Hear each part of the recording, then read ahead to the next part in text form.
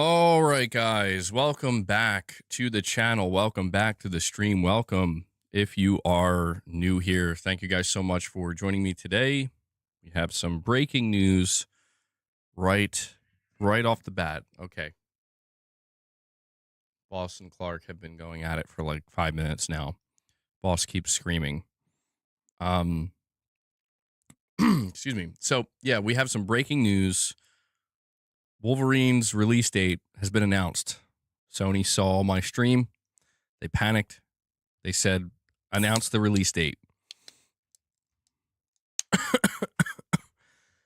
I'm sorry. Sorry I'm coughing so much. I'm like sick again. I'm not even kidding. I'm sick again. I don't know how I'm sick again. I don't know what's going on. But yeah, we're going to have an interesting conversation today about Hermen Hulst. Stop licking doorknobs. It's hard. It's hard not to. I'm trying to strengthen my immune system. You know, I was told that was a great way to do so. But yeah, I really appreciate you guys joining me today. Wolverine has been canceled. Yeah, breaking news. It's canceled. Let's take a second here, though. Let's take a second here and acknowledge the fact that Wolverine releasing September 15th is great. I mean, that's earlier than I would have expected. I thought Wolverine would have been like an early October game. Even if it was going to launch in September, I would have thought very late September. So right smack dab in the middle, September 15th. That's the summer. That's a summer game, by the way. They said releasing fall 2026. Not to be technical, I don't want to be that guy, but I'm going to be that guy. September 15th is summer. Yeah, that's like the last week of summer, or I think there's like yeah. I think summer ends September 21st. So yeah, there's definitely going to be a state of play. Oh my God, bro. Okay. Yeah, I just realized, yo, Phantom Blade Zero, get out. Yeah, get out. Delay. Phantom Blade Zero, I want to see you delayed. Not often do I advocate for like wanting to see delays, but in this case, yes, either move it up or push it back. Where's PSSR 2.0? I don't know, dude. I'm thinking March.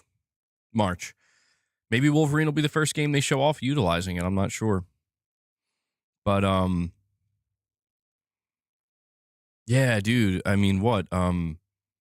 Phantom Blade Zero September 9th, and now we have Wolverine September 15th. Like, bro, come on. Come on, man. Did they put out a blog? No, they didn't. They just dropped the release date. Yeah, we're definitely, I think, going to get a state of play. Definitely, I think. I feel certain that we're going to get a state of play. Josh Nuggets, what's going on, man? Tarnished. MBG, you have to think, too, that Call of Duty this year will be earlier as well to avoid GTA. That's true. That's a good point, pushing polygons. We know that Modern Warfare 4 is next up for Call of Duty, which I might be more interested in. You know, I don't know. Are we getting like the Modern Warfare fatigue? I'm not sure.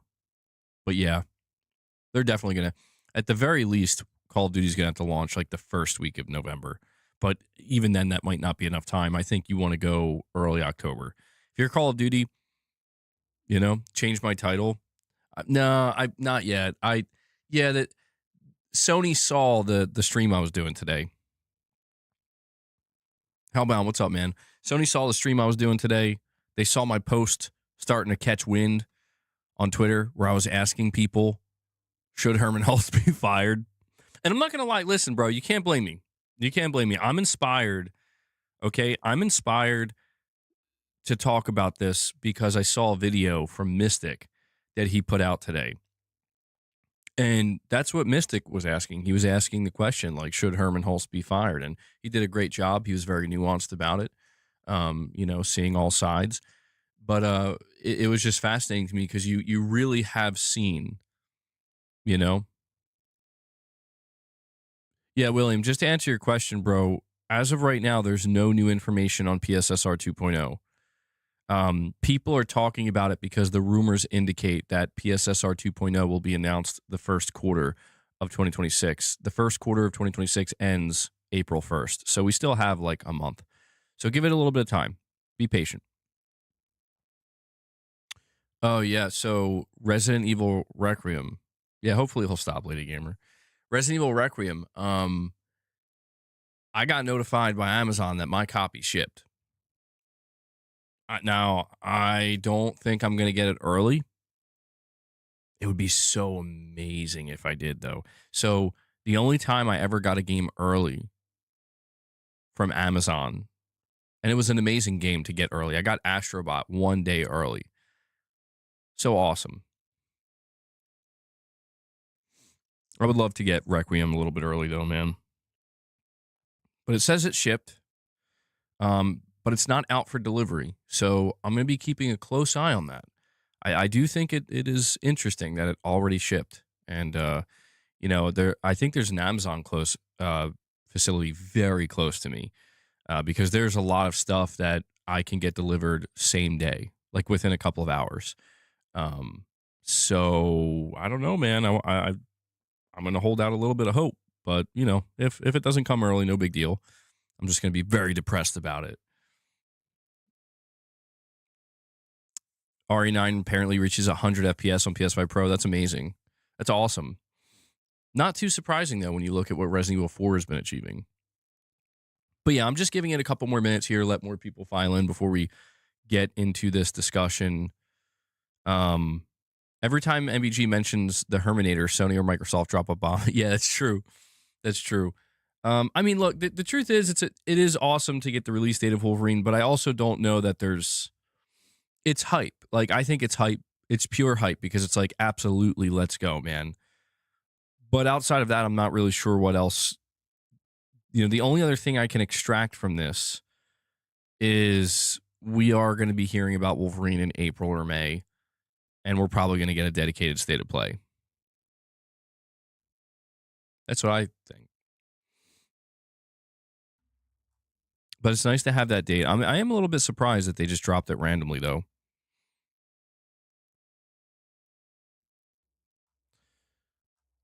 All right.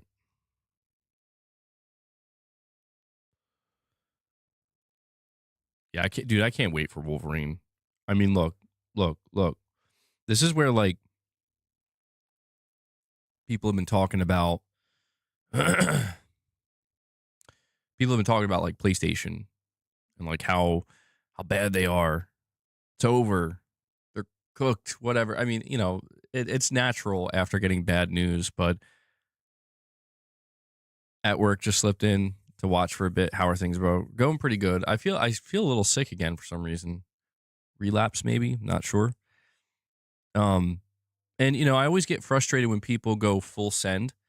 Like, I get upset with Sony, obviously, with things like BluePoint. But the thing that I can just never get behind is like, yeah, well, Wolverine doesn't matter. It's like, what are you talking about? Like, what excuse me? Wolverine doesn't matter. Like, speak for yourself, buddy. Millions of people are going to let you know that Wolverine matters, People make it sound like, oh, Soros. Who even cares about Soros? Who cares about it?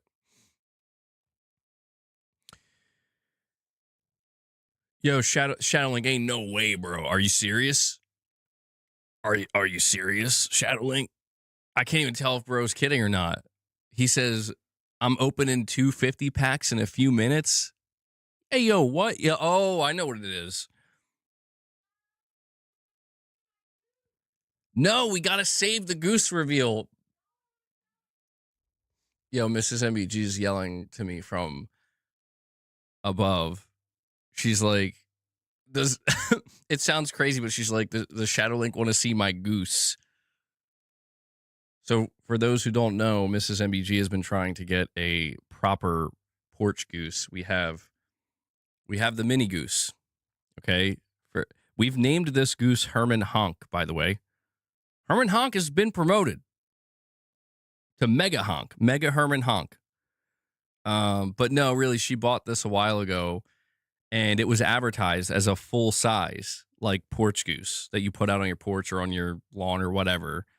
And this little tiny thing came in. And so I just keep it on my desk now. Actually, holds my my wedding ring sometimes when I'm washing my hands. Yeah, I gotta keep it locked in. But she finally got a full size porch goose. She's extremely excited about it, and she wants to dress it up and stuff for like holidays. So very, very excited about it. This thing is large, dude. I was thinking, we were joking about like putting it here or something, but I'm like, dude, the cats will knock it over. It will break. We should give it Wolverine hair. Okay. Yeah, Mrs.MBG, that's a great idea. I'm not even kidding. Let's give it Wolverine. It's not a real goose, Hellbound. Hellbound's literally waiting. He's like, yo, we get a real goose up in here? Could you imagine if I brought a real goose in, it would be dead.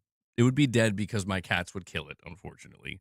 Yo, Shadowlink was not kidding. Yo, I know why Shadowlink's doing this. Shadowlink just opened a 50-pack. I'm pretty sure it's because he doesn't want Big MP to be number one again. I'm pretty sure that's why. The first thing he said yesterday is like, oh, I see Big MP knock me down. He knocked me down for my platinum. Yo, Shadowlink, bro. Holy shit. This is wild, man. I did not expect this. This man is dropping so many member gifts for this community. Let me see. I know Josh Nuggets was asking for a membership. Is he going to get it? Is it finally time? Yo, I don't know. I don't know if Josh is ever going to get one. A shadow drop. Yeah. A shadow drop, bro. Why do I keep forgetting to call it that? I got to give him his, oh, it says he's at his daily limit. He can't drop a second. YouTube isn't allowing him. You know, you know what it probably is, Shadowlink? Dude, I think that's only ever happened one time with Corey, like a year or two ago. It's probably because you've reached your 24-hour limit, if I had to assume. I think there's like, for some reason, there's like a limit that YouTube has, which I guess makes sense. And I think yesterday, the member gifts you dropped were, I think they were later in the stream or like in the middle of the stream. And you're dropping them early. So that's probably why it's not letting you. I wouldn't assume that, like, unless YouTube's broken or something, that it's going to be some kind of permanent thing. But either way, Shadowlink, bro, dropping another 50, opening another 50 pack for the community, man. Thank you so much. That's I'm like at a loss for words. You know, some of you guys are so generous and support the channel in such huge ways. I don't even know really what to say at times other than just thank you, man. Seriously. I can also say Boss is here. He's ready. Hopefully Corey will join the chat momentarily because I know he wants to see Boss get fed. Dude, I feel like this new cat tower makes Boss look a lot bigger. Like, what's up, bro? You ready? Are you ready? Oh no, pushing polygons. You don't have to worry, man. That goose might kill your cats. They aren't to be screwed with. It's not a real goose. It's okay.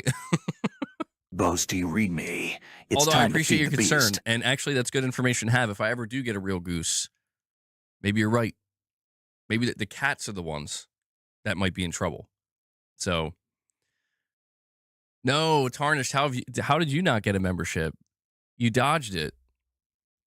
But yeah, big shout out to Shadowlink, man. Just absolute monster out here with the member gifts. Michael says, what's up, Herman lovers? Yeah. Michael, you'll be happy to know that Mrs.MBG finally got her porch goose. You'll be happy to know. Let me just get rid of this logo here. Let's see. We'll bring up the reps logo. And then if we hit 75, yeah, maybe we could do some drumming. Something like that. Yeah. Wolverine, September 15th. Wolverine can be great, but that doesn't ameliorate the managerial and cultural studio and company problems. Well, we're gonna go over that today. Tarnished. We're going to be talking about, we're going to be as objective as we possibly can. I think that's what's necessary because so much of what you've been getting from me has been emotional, you know, very opinionated. And I think there will be some opinions sprinkled throughout the conversation. But unfortunately, Josh Nuggets did not get a membership. Oh, Michael says somebody got their tax return. It is tax return season, yeah. These treats, sorry, boss. Like nailed you in the face. Right off. Here we go, dude. I'll put them up here. Or I guess here's fine. Here you go, man. Enjoy. W says second 50. Well, yeah, so it's not Shadowlink, he's always good for it, man. He'll tell you. And he was trying, but YouTube, he reached his daily limit. He dropped 100 yesterday, and now he dropped another 50, dude. So he dropped 150. 150 in less than 24 hours. And so YouTube was like, you're cut off. But yeah, either way, man, 150 is wild. Absolutely wild. So once again, Shadowlink, thank you so much, man. And thank you to everybody who supports the channel. Is Herman the hero or the villain? We're going to try to figure that out today. Now, there is something that I do want to preface this conversation with, though. Something that I think is pretty important to go over. Even Mystic mentioned this in his video today. And it's that we have to try our best to understand, just because it is the truth and it is the reality, that we can't necessarily change. And if it does change, it's going to be something that just happens on its own. Herman can't be the one to change it, seemingly. And that is, we have to understand that when we evaluate Herman's wins and losses, that there's a limit to how much control he has over things. And what I mean by that is, for example, we have to understand that Sony, and by Sony, I'm talking about the board of Sony. I'm talking about the upper executives, those who are well above Hermen Hulst, even above Hideaki Nishino. It has been a executive mandate pretty much starting since 2020 that you guys have to produce live service games. Okay. That is something that has been determined holistically at Sony. I'm only putting that out here just because I think people do have a misconception that, like, Hermen Hulst is the one who decided to do live service games. I think most of you know that's not true, but there's a reason why Herman was appointed. It's because, if you recall, Shuhei Yoshida said, I'm not doing live service. Shuhei Yoshida is the guy who said, I'm not doing it. And what did Sony do? Sony said, well, you could be the indie guy or you can leave. And Sony then went around looking for the person who says, yeah, I'll do it. I'll do it. I just want to point that out because, you know, Shuhei Yoshida, if Sony didn't decide to go in the direction of live service, probably would still be the head of PlayStation Studios. Michael, you're saying read my last. Let me see if I can bring it up. Hold on, Michael. Hold on.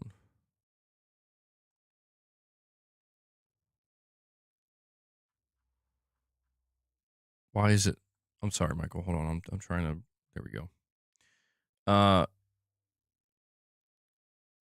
Well, okay, Michael, I have to ask you, what was your last message? Because the only other message I see is, and those people are morons. That's the only thing that I see. If you typed out another message after that, it did not go through. See if it'll let you type it again. I don't know. I don't know why. I feel like that's the second time that's happening to you, Michael. Yeah. People are going to come in and they're going to see that, you know, they're going to talk about the Wolverine release date being announced. Yep, September 15th. Yeah, Michael, for some reason, bro, I don't know why, YouTube isn't even holding it. Usually if YouTube restricts a message, it holds it until I can approve it or not. It's not even showing me anything. It's showing me your super chat, and then before that it says, and some of these people are morons.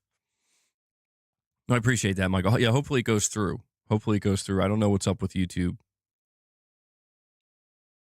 Let me see. We have a post from, this was given to me by Irfan, Real Radic.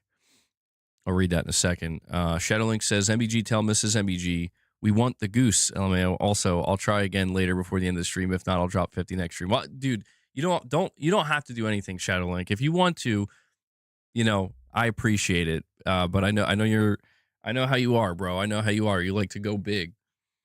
Well, I'll let Mrs.MBG, we must release the Goose.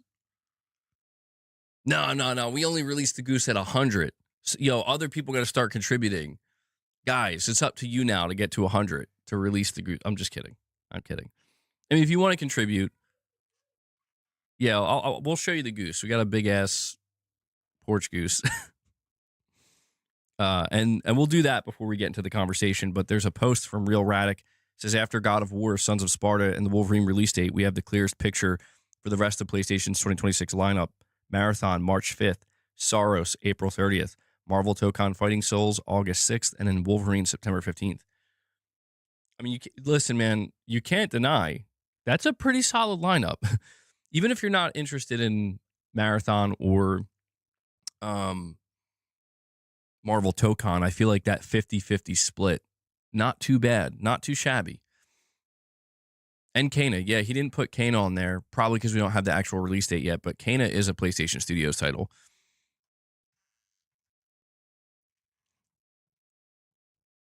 But yeah, Shadowlink, bro, thank you so much, man. Again, I don't mean to sound like a broken record, but that's some colossal support you've been shown. All right, hold on, let me get the Goose.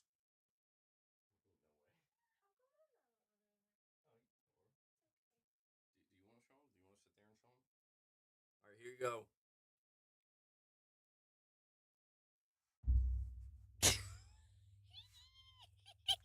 She's got a scarf on. Damn, we got the Goose. Wait, but put little Herman next to her so that you can see the difference. There you go. See, when you ordered this one, it said it was a large porch goose. When you ordered this one, it was supposed to be this size. So this is what they gave us. Look how big she is. Hermen Hulst's been promoted. It just snowed like 2 feet here, so I put a scarf on her. But I'm gonna dress her up for St. Patrick's Day next. And then when Wolverine comes out, we can put mutton chops on her. It's our pet goose. Yo, you know, anybody just joining the stream is like, what? What the hell's going on? How about that? Hell yeah, big goose. All right, well, I need to return her to our porch, but I'll see you guys later. That's awesome. Well, there you go. We released the giant Goose. Michael, I'll read your super chat in one moment. Thank you for that, man. What did I click on to? Oh, you thought we were talking about Hermen Hulst. You thought we were talking about PlayStation. Nah, bro, we're showing off the Goose. Yeah, it's been a long time coming, though. She was so excited when she got that. She was genuinely happy. The Gooseinator. Yeah, we'll have to do a Terminator Goose at some point. But, all right. We have Michael Lynch with a super chat. He says, I think you're giving PlayStation and BluePoint equal blame. You giving them equal blame is silly. It was up to BluePoint to sell PlayStation on a game idea, and they tried 4 times and failed. Well, I will say, I came across it was a comment. Let me see. On my stream yesterday from a viewer and supporter of the channel, a longtime viewer and supporter, Whiskey Gaming. I actually want to read his comment because I think it's interesting. It gives a little bit of insight. He said, MBG, to play a little devil's advocate, you ask the question, why would Herman greenlight the game in reference to the God of War live service? And he says, well, you don't really know the pitch included. Maybe BluePoint pitched what seemed like a great idea, detailed project plan and a budget that gave the impression they had a good grasp and understanding of the project itself. As someone who has pitched CAPEX projects for funding approval, there is an art to making these presentations, and some people can really sell that they know what they're doing, but in reality, don't. You are right in saying that Herman should have pulled the plug at, say, the 1 year mark, though, since it wasn't going well. And I just thought that that was worth reading because it kind of it approaches the conversation from an angle of like maybe BluePoint had a masterful pitch for the God of War live service, and they could have pitched it to me or you, and we all would have said, "Oh shit, okay, yeah, that sounds great." But in reality, they had a great pitch. They bit off way more than they could chew. But yeah, the idea that they rejected 4 more pitches potentially is fascinating. I almost wonder if Herman just felt, I don't know, like I can't trust these guys no more, bro.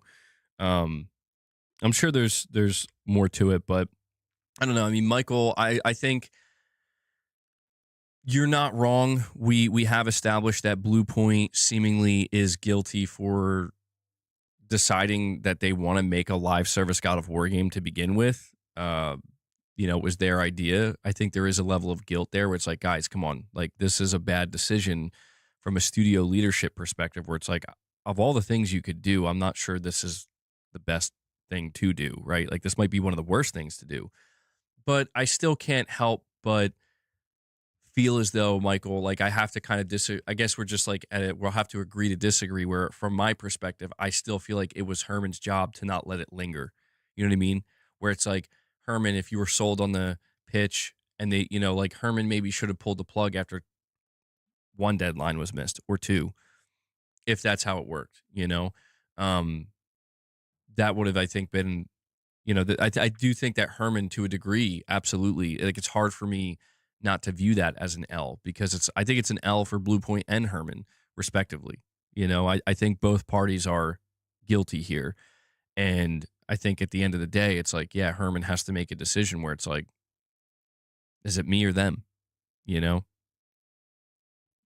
usually how it goes, unfortunately. But you're not wrong, Michael, in that, as we've established, the God of War live service thing is like, what are we thinking here, man? BMed, yeah.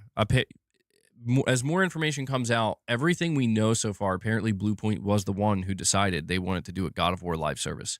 That was their decision first, and they pitched it to Sony. And K Zelda with a super chat says, "Hi MBG, Sony needs another Japanese executive to be in charge of first party because at least game execs from Japan actually care about what people want." Damn. Well, we're gonna get into this now. Sorry for the extended intro there, but hold on.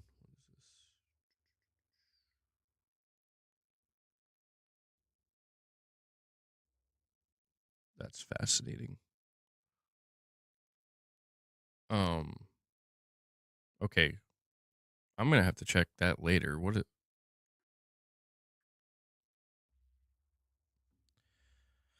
Alrighty. Sorry, I just got notified of something that's very, very surprising. But anyway, sorry for the extended intro. I really want to dive into this conversation though, and I do want to be as objective as possible. Now, I understand that this can only go so far. There are going to be things here that I will deem a W or I will deem an L that I believe I'm coming from an objective standpoint, but I understand ultimately we're talking about video games that have been released, greenlit, produced, released / canceled. And because whether or not somebody thinks a game is good or bad is ultimately subjective, there's going to be some level of disagreement. But I'm going to try my best to not necessarily let my feelings on particular things get, I'm trying not to involve too much emotion here. Yeah, the extended Goose intro. All right. So the first thing I want to establish, okay, is the reason why we're having this conversation now. I think it's obvious, but just to reinforce it, we are having this conversation and doing this evaluation, so to speak, because ever since the announcement that BluePoint Games is closing, there has been so much talk online about Hermen Hulst, he's got to go. He's got to be fired. I've listened to multiple other PlayStation content creators. They've all said the same thing, you know, or leaning much more so towards, I think Herman's got to go. I've asked my audience. I've asked Twitter. I've seen it everywhere. And so I figured, you know, what would probably help the situation to some degree, because I get it. Like, even I'm sitting there screaming into the microphone like he's got to go, fire him. But we have to look at things once the dust settles from a more objective lens and see, like, well, has Herman been as bad as some people have made it sound? What wins did he get? How does that stack up to the losses?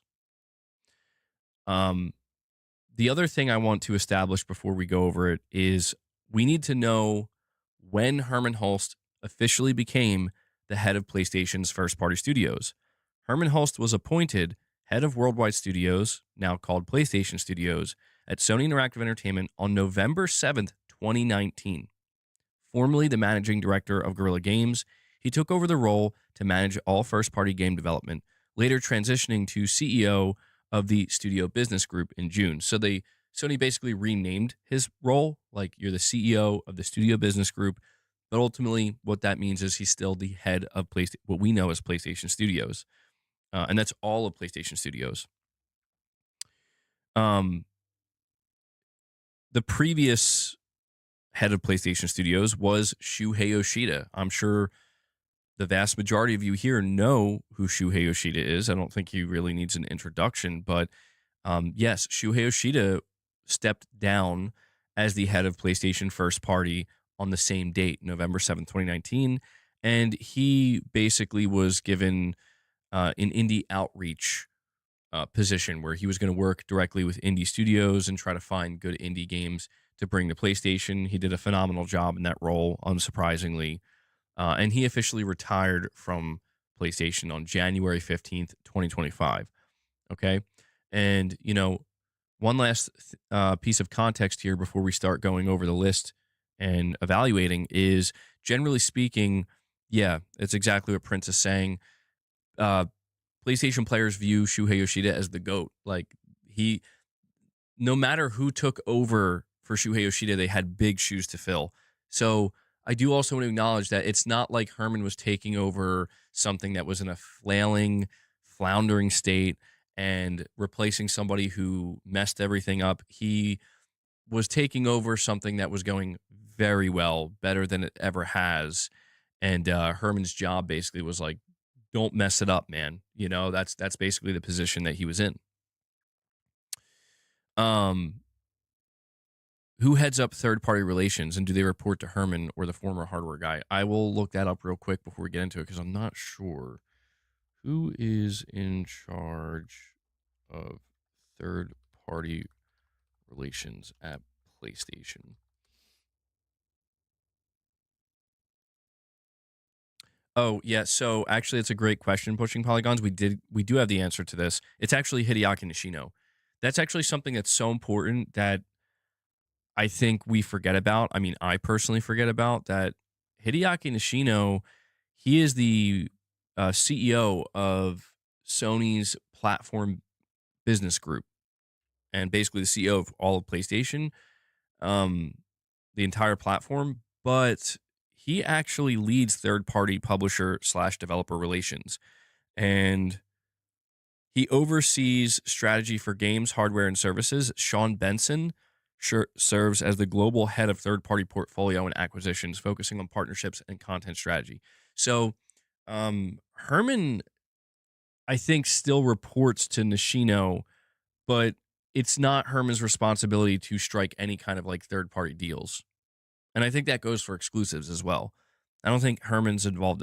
Herman's only focus is their studios. Well, actually, hold on. Let me take that back. I think, because when you look at Kojima Productions, like, that's not a first-party studio, but Herman's clearly, that's all Herman. So maybe when we talk about third-party relations, Hideaki Nishino being in charge of that, I think we might be actually just thinking about, like, straight-up third-party games, like Resident Evil, GTA, Crimson Desert, stuff like that. And we're just establishing this before we start going over the W's and L's. Garrett, what's up, man? Did Herman get fired already? No, he did not. You hope he does. Sony getting a new CEO.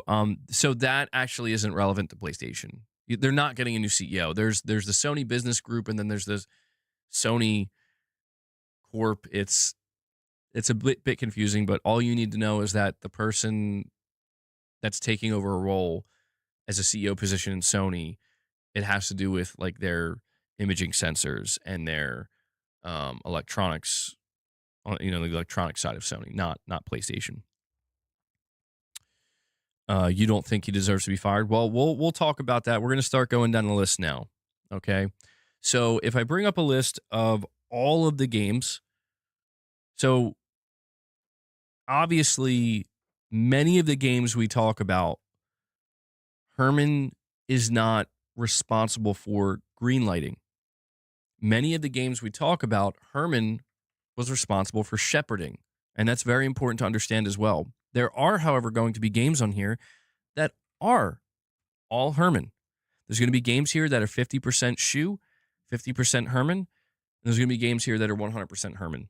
Okay, so I'm not going to bother going over any 2019 games from Sony because, as we know, Herman took over November 7th at the end of the year. So we'll start from 2020. It's safe to say that every single project from 2020 and 2021 and possibly even 2022, it's safe to say that all of these projects were greenlit under Shuhei Yoshida.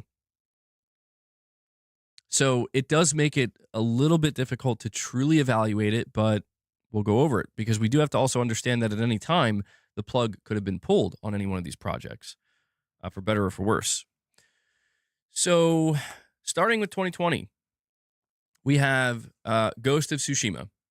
Ghost of Tsushima, Herman had nothing to do with, obviously. At the time that Ghost of Tsushima was greenlit, he was the head of Guerrilla Games, not the head of PlayStation Studios. Marvel Spider-Man Miles Morales, Herman didn't have anything to do with that. MLB The Show 20, again, nothing to do with that. Predator Hunting Grounds, Neo 2. Well, Neo 2 wasn't published by Sony. Predator Hunting Grounds, which was published by Sony, funnily enough. By the way, I would love to. I'm assuming, Shuhei Yoshida is the one responsible for Predator Hunting Grounds. That was supposed to be like a live service game, and it just like didn't do well. Then you have Sackboy: A Big Adventure and The Last of Us Part 2. Now, where I think Herman probably needs some level of credit here, which I'll let you guys. I think it's a W, or at least a partial W. Well, I think we'll give Herman half a point. Okay, half a W. We'll do halves. So Shu gets, obviously most of the credit for greenlighting these games. But I think what Herman was in charge of for all the games we just listed is determining which games, like what the launch lineup of the PlayStation 5 is going to be. Whether or not, we want to launch The Last of Us Part 2 and Ghost of Tsushima as PS4 only titles or make them, cross-gen and have them ready for the launch. I think Herman, by that point, considering he took over in November of the year previous, he was in charge of, it's your job now. This is what you're getting paid for. You got to map out what games are launching with the PS5, which ones are not, which ones are coming after, which ones are coming before. And I think if that is, obviously that was part of Herman's responsibility. I think he did a good job. I have to say, unless I could be wrong. And this is where I only have so much insight. Maybe Shu already mapped all that out and just gave it to Herman. It's like, here you go, man. That could be a possibility. But I'm assuming if Herman took over November 7th, he had to do something. He was doing something. He knew not to cancel any of these games. That's a W. And I'm assuming he had to map out when they were launching, and come up with the PS5's launch games. So I'll give Herman half a W for that. He gets half a W.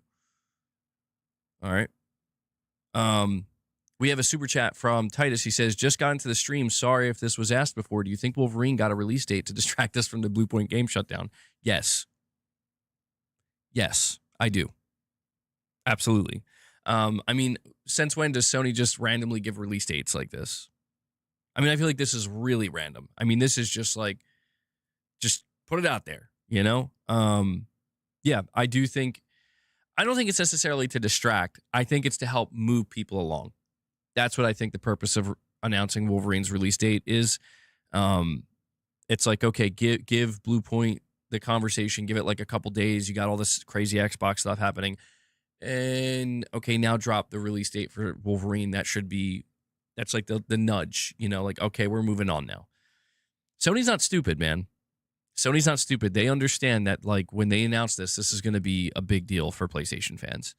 So, I wouldn't be surprised if they have another announcement of some kind coming this week or something. Nothing like crazy, but just, again, like, all right, we're moved on now. So for the year 2020, I will give Herman half a point because he was in charge. He had to, I assume, come up with the launch lineup and distribute these games evenly across 2020. Even though he had nothing to do with the greenlighting of them, he was the one to shepherd them. So we'll do half a W there. Next up, we have 2021. Okay, so this would be Herman's second year in charge of PlayStation Studios. We're looking at Ghost of Tsushima Director's Cut, MLB The Show 21, and wait, that's not right. Oh, hold on. Why are there games missing here? Oh, my bad. Okay, it's because I was on PlayStation 4. Sorry. Oh, Astro's Playroom as well. Astro's Playroom. So we're still in 2020. I'm sorry. I was on the wrong list. My bad. In 2020, Astro's Playroom. Again, that was greenlit by Shu. But I think it may have been Herman's decision. I don't know. I'm still only sticking with half a point. I wish I had more insight into this. Herman may have been the one to decide Astrobot or Astro's Playroom was going to be a pack-in game. I'm not entirely sure. He was the head of PlayStation First Party. I'm assuming maybe somebody like Jim Ryan said to Herman, like, we want a pack-in game. We want something there at the launch. You decide what game it's going to be. It can't be like Spider-Man, obviously, right? Maybe that's where Herman made the decision. Like, I think Astro's Playroom might be the best game, like, and again, I'll stick with half a point, but that could be. You think it's all Shu? It could be. It could be Shu as well. Yeah. Shu could have just had all the stuff lined up and again handed it to Herman. But, again, when somebody's given the reins, they're allowed to make decisions. So I have to at least give Herman half a W that he decided not to disrupt. Like, even if everything for 2020 and 2021 was Shu, I at least appreciate that he didn't disrupt anything. It's like, okay, all right, you could have made really stupid decisions, but you're like, it's a mini W. Yeah, mini W, something that could have easily been an L. But yeah, I forgot to mention Astro's Playroom, very critical game there. Let me get rid of this here. And then we have, let's see, there was also Spider-Man Remastered, so that's in there as well. That shipped with Miles Morales if you got like the Ultimate Edition. But if we move to 2021, Destruction All Stars. What's weird about Destruction All Stars to me is that sure does feel like a Herman game. Herman's gonna get an L on this one, and I'm gonna tell you why. Because even if he had nothing to do with the greenlighting of this game, for those who may have forgotten with Destruction All Stars, the decision was made, and I'm assuming this was Herman. Again, I could be wrong. I don't know if it was the studio, but again, Herman's the head of first party, bro. The decision was made to try to sell this game at $70. Again, Destruction All Stars, $70. Now, granted, maybe this L gets erased and equals out because after they got the feedback, they said, actually, we're going to put it in PlayStation Plus And if you're not part of PlayStation Plus, it's only going to be $20. So maybe a Phantom L, if you will, a Phantom L, an L that was maybe the first realization that, Herman, bro, what do you do it all in Herman's voice? It was a Phantom L. MBG. It was a I can't do it right. I don't know. I'm not in my Herman mode right now. The Phantom L though, like I feel like that's what it was. How does a W even out with an L? Wait, how does half a W even out with an L? Well, that's the thing. I think that the L comes in the form of, I'm assuming it was Herman that was like, we could sell this for $70. Like, this is a great $70 AAA game. But then very quickly realized after pushback that $20, put it in PlayStation Plus. Whew, that was a close one. I think that was the first time Herman maybe was about to be under a lot of fire, where it's like, bro, what are you thinking? So it could have been an L. We'll take it back because the course correction was immediately made. And a disaster, you know, they diverted from a disaster. They diverted from the iceberg. So neither a W nor an L, maybe a Phantom L that shows maybe there's some level of concern here. That's a little weird. But, you know, they listened, and that's what matters. So Destruction, and Demon Souls. Forgot Demon Souls, by the way. God damn, how did I forget Demon Souls, bro? See, shame on me. Demon Souls was at the launch of the PS5. Again, that's a Shuhei Yoshida W. Herman decided to drop it as a launch title. You have MLB The Show 21, Returnal. Okay. Returnal was obviously Shuhei Yoshida, but again, you know, it seemed like Herman saw the potential in this game and decided it should not be a game that is dropping at the launch of the PS5, but in the first year of the PS5, give it its own space. So I think that's a good thing. And then there's Ratchet and Clank Rift Apart. Again, that's Shuhei Yoshida, Herman shepherding it. What I would like to know are the director's cuts. So Ghost of Tsushima director's cut, Death Stranding director's cut. I'm curious what you guys think of this. Do you think the director's cuts were W's or L's? Because I do think that was 100% Herman's idea. That sounds like a Hermen Hulst idea. What if we did director's cuts? You know, like I could see it in my mind. Like, absolutely, he would come up with that.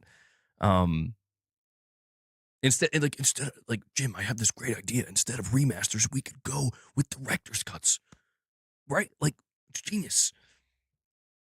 W's, was that a W move or an L move? Did I like Destruction All Stars? I did not like it. It was okay. I played some of it. I actually tried to get the trophies for it, but there was one that was like impossible, and I'm like, I'm not doing this. But Destruction All Stars to me felt like a game that had potential. I'm like, I can feel the potential here, but in terms of like what you actually did, like what the matches were, I'm like, it felt like you had like half a gameplay loop here, and the other half is completely missing, you know?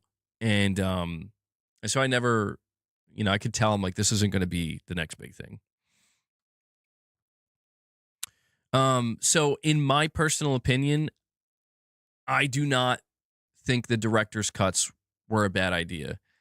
I actually liked them, and I like the fact, like, to me, they did just seem like remasters, but I think they called them director's cuts because they were adding more content. If you remember, the director's cut of Tsushima had like the Icky Island DLC, and the director's cut for Death Stranding was not as expensive, but had a bunch of new features and new updates and a little bit of new content. So I actually view the director's cuts as W's, honestly, where it's like, if you're going to bring these games over, you know, Ghost of Tsushima launching in 2020, 1 year prior, Death Stranding launching 2 years prior, rather than calling them remasters because they, you know, it felt like, wait, you're remastering them already? Instead, adding some new content and, calling it a director's cut. I'm like, I remember at the time, I was like, that feels fair. Like that. And you don't, if you already own Ghost of Tsushima, I think you paid what, like $20 or something for the Iki Island expansion. And then you got like the PS5 upgrade. I'm like, that's not bad. It wasn't a bad deal. Same thing with Death Stranding. So I actually, personally, I view the director's cut idea, assuming that was Herman, as a good idea. And I'm wondering if they'll bring it back. With PlayStation 6 potentially. So where we stand right now, I've given Herman 0 L's. Shockingly, I've given him a Phantom L, which ultimately just equals a potential concern. But Phantom L, 1.5. He has 1.5 W's so far. Shocking turn of events.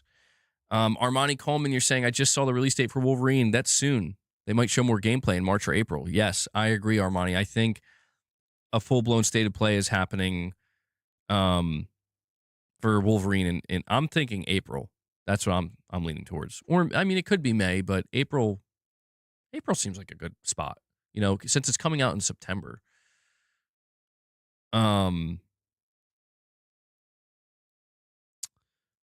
Michael, you're saying, who's effing with the like button on that comment? Yeah, I don't know. Yeah, guys, make sure you're liking the stream, by the way. Maybe I could use more letters. I mean, maybe I could, like, C for concern, but I don't know. Maybe there could just be question marks. Yeah, maybe that's what I'll do. I'll do question marks. There's W's, L's, and then question marks. Question marks represent we don't know if Herman's responsible for it or not. Does that complicate things too much, though? We'll just keep it W's and L's. All right. I feel like that's because if I try to go any further at this point, I'm making a whole freaking map of things. Oh, man. Damn you, Gavin. So Returnal, I can't give the W to Herman because he didn't greenlight Returnal.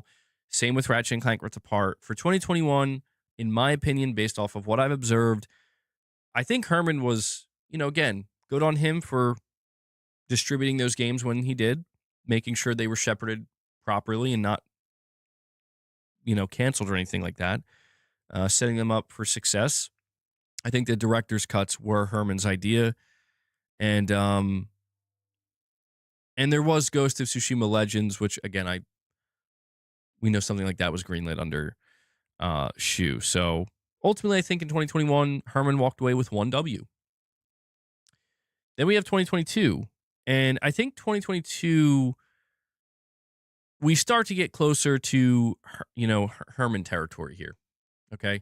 Where it's like, okay, Herman, now we're going to start seeing some things that he's greenlighting. Okay. And we look at something like God of War Ragnarok, that's Shuhei Yoshida, Gran Turismo 7, Shuhei Yoshida, Horizon Forbidden West, technically Herman. Technically Forbidden West is Herman because, he, like, the irony of Forbidden West is Herman was probably the one who pitched that game. So I'm going to give a W to Herman for Forbidden West because let's not forget, Hermen Hulst comes from Guerrilla Games. He was a major, he's probably the reason why Horizon Zero Dawn was ever even pitched to Sony to begin with. And we like Horizon Zero Dawn. I really liked Forbidden West. So I know this is a crazy turn of events right now, guys, but Herman's got 2.5 W's and no L's yet. Yo, why are you guys saying L? Why are you saying L for Forbidden West? Yo, Forbidden West was good. I don't want none of this revisionist history shit going on. People were excited for Forbidden West and they loved it. Get that out of here. Get that nonsense out of here, bro. Unholy Mayhem, a member for 20 months, says, if we want Sony to improve, we have to show them that what we want with our wallets. Don't buy a single live service game, only buy the single player games. So I was on that like gung ho, let's do it. Unfortunately, I'm going to tell you right now, and I know I sound defeatist, but it's because you got to know when you lost. Like, you got to pick and choose your battles. That's not going to do anything, man. I'm sorry. It's not. And the reason being is because I was watching Mystic's video today, and Mystic pointed out, and I'm like, well, I mean, there it is. Mystic pointed out that in Q1 and 2 of 2025, Sony said that more than 40% of their first party revenue, first party, not Fortnite, not Roblox, not GTA Online, we're talking like Sony developed games and Sony published games, over 40% of their total first party revenue came from their own live service games. And I'm like, oh man, okay, like guys, I mean,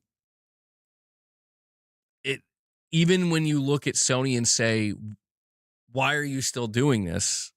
You're not going to have a Fortnite. Sony can turn to you and say, we don't need a Fortnite. We just, like, 40% of our revenue comes from Helldivers, MLB, GT7, and I'm sure there's another one or two that I'm forgetting, but that's the reality, where it's like, here's what I'll tell you on Holy Mayhem. If you don't like the live service games that Sony's putting out, then yeah, you should not put any money towards them or give them any time. If you genuinely don't like it, don't bother with it. That's my mantra for everything, though, right? I don't want to necessarily encourage a person. I feel kind of wrong doing it, where it's like, oh, you wanted to give Marathon a chance? You wanted to try the Marathon or Horizon Hunters Gathering? Like, oh, you wanted to give it a chance? No. You're hurting us by doing that. I don't want to be like that, because it's like, who am I to determine? I'm not the market. I'm part of the market. It's not my place to determine what other people should or shouldn't enjoy. I do agree with your general sentiment, though. Your general sentiment, Unholy Mayhem, is you got to put your money into the things you care about, and that's why I think I'll take the opposite approach, right? At this point, I think I feel more confident in saying, guys, if you like single player games from Sony, then make sure to and I know this goes without saying for a lot of you because you already have them pre-ordered, but support the games that Sony's put. Buy Saros, buy Wolverine. I'm not going to tell you to buy twice. You do what you want. You buy multiple copies if you want. I'm just saying, like, you gotta put your money for sure on the things that you want more of. For sure. You got to put your money, you got to put your time there. And I know you guys have. I'm not saying you haven't. I'm just saying that we have to keep in mind that for every one of us that says, I'll be there day one for Saros, I'll buy the deluxe version, right? There's still like 1,000 people on Fortnite buying microtransactions daily. And the 30% cut that Sony gets from that is going to be 10 times more than the money they make on Saros. And you see what I'm saying? Like, it's just, it's an unfortunate reality that we can't, like, the only way is, like, we got to get people to stop playing Fortnite. It's like, yeah, we do, but do you have any solutions? Like, do you have actually any good ideas on how to do that? Because I don't. It's a tough thing, man. It's a tough thing where as angry as we want to be at Sony, it's not just Sony that's guilty. It's like the market has spoken, bro. And that's tough for me as well, because it's like, I don't play Fortnite. I don't give a shit about Fortnite. I don't play Roblox. I don't give a shit about either of those games. But it's like, it does. Yeah, you're just one dude, bro. Like, go look at go look at how many people are playing those games. Go look, like, you know what I mean? It's just, I hate to say it, but we're the minority. I absolutely hate to say that, but by this point in time, we are. But we could still hold our own. And Michael Wernick comes in. Michael Wernick is like, I got to turn this around, bro.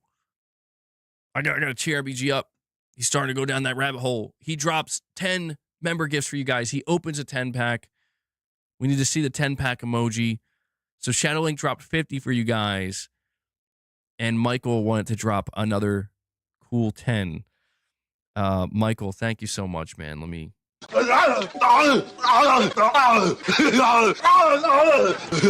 that to the goal. Thank you, guys. Thank you for all the support.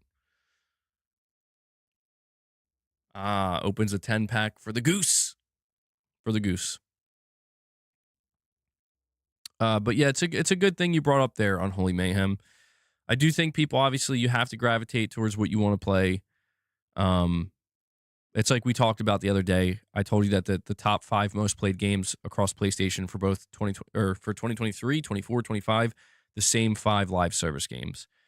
And then you factor in the fact that Sony's making almost half of their revenue through their own live service games. It's like, oh man, like I mean, it is unfortunately true that like Herman would immediately get fired if he was like, I've had enough. Mr. Totoki, I am not making live service games anymore. He'd get fired immediately. Which people, you know what's sad is like people would celebrate, but it's like if he got fired because he took a stand, it's like, damn, bro. At that point, like what we should be worried about, I'm gonna save this for later. I'm gonna save it for later. But there is this real idea of like, be careful what you wish for. And I mean that. I know how it sounds. I sound like Neo. I know how it sounds, but dude, you know, Sony might bring in somebody who's like, we want all live service. Can you deliver that? And the person they hire is like, yes. They're going to bring in Phil Spencer. Oh, here we go. We got Ed Scrain. I don't know how to say his last name. He's been cast as Baldur in the God of War series. Okay. I could see it. I'm not familiar with any of his work. But there you go. I think that's almost everybody now, right?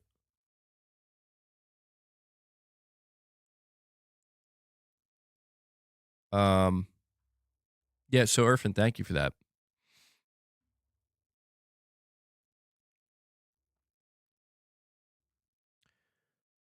All right.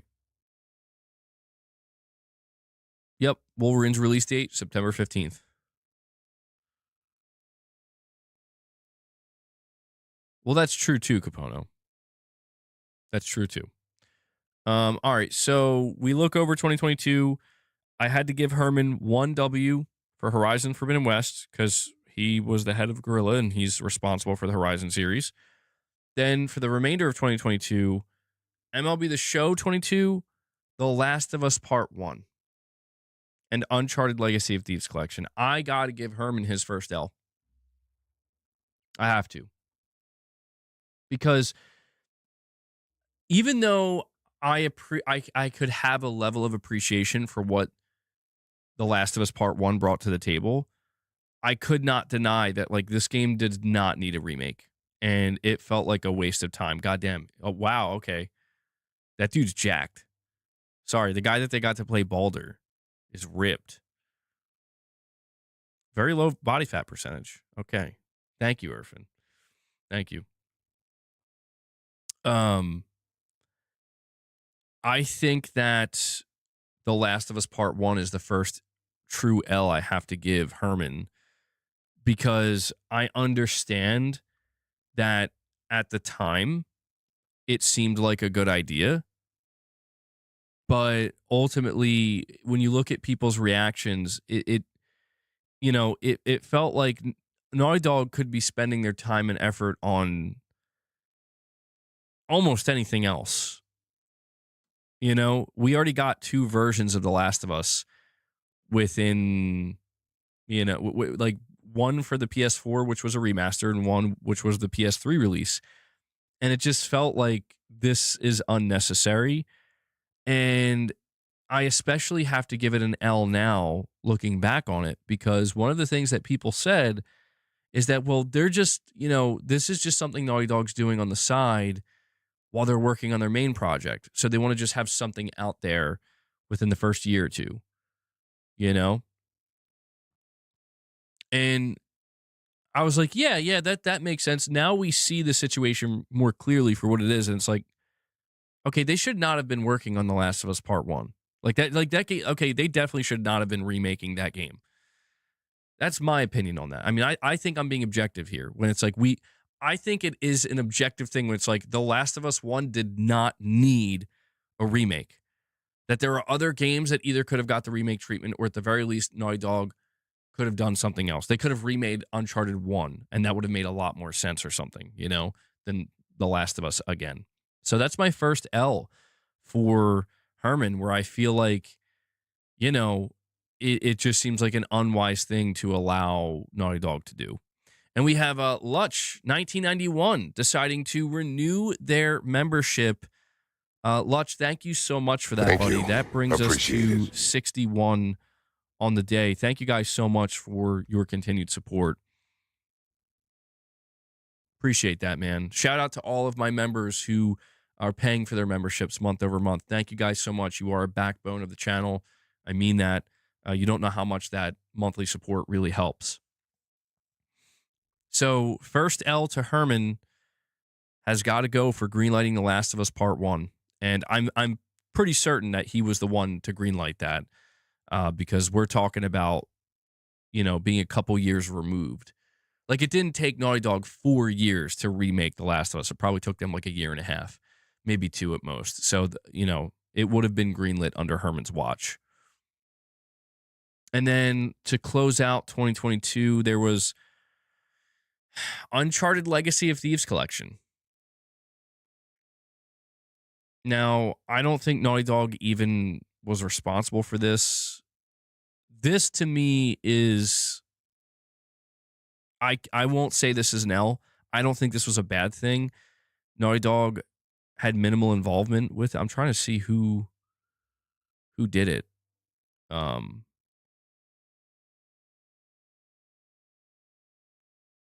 Iron Galaxy.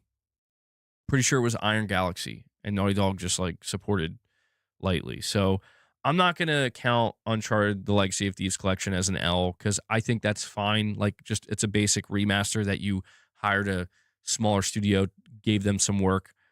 That's fine. I don't think that hurts anything. Like, if it was like a remake situation, that would have been different. But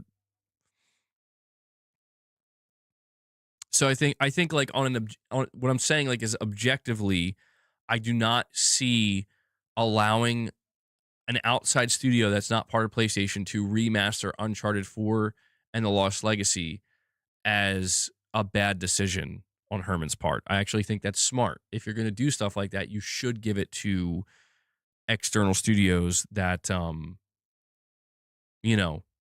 it's not going to take up first party resource. It's just something extra.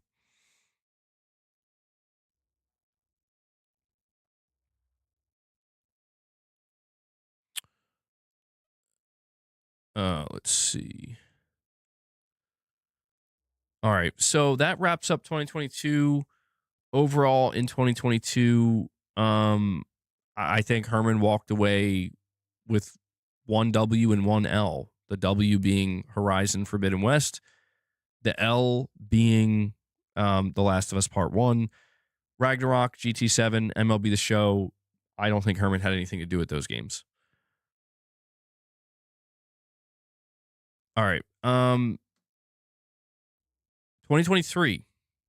So in 2023, we had Final Fantasy 16. Again, I don't think Herman had anything to do with that. That wasn't a first party developed game. And I think that, the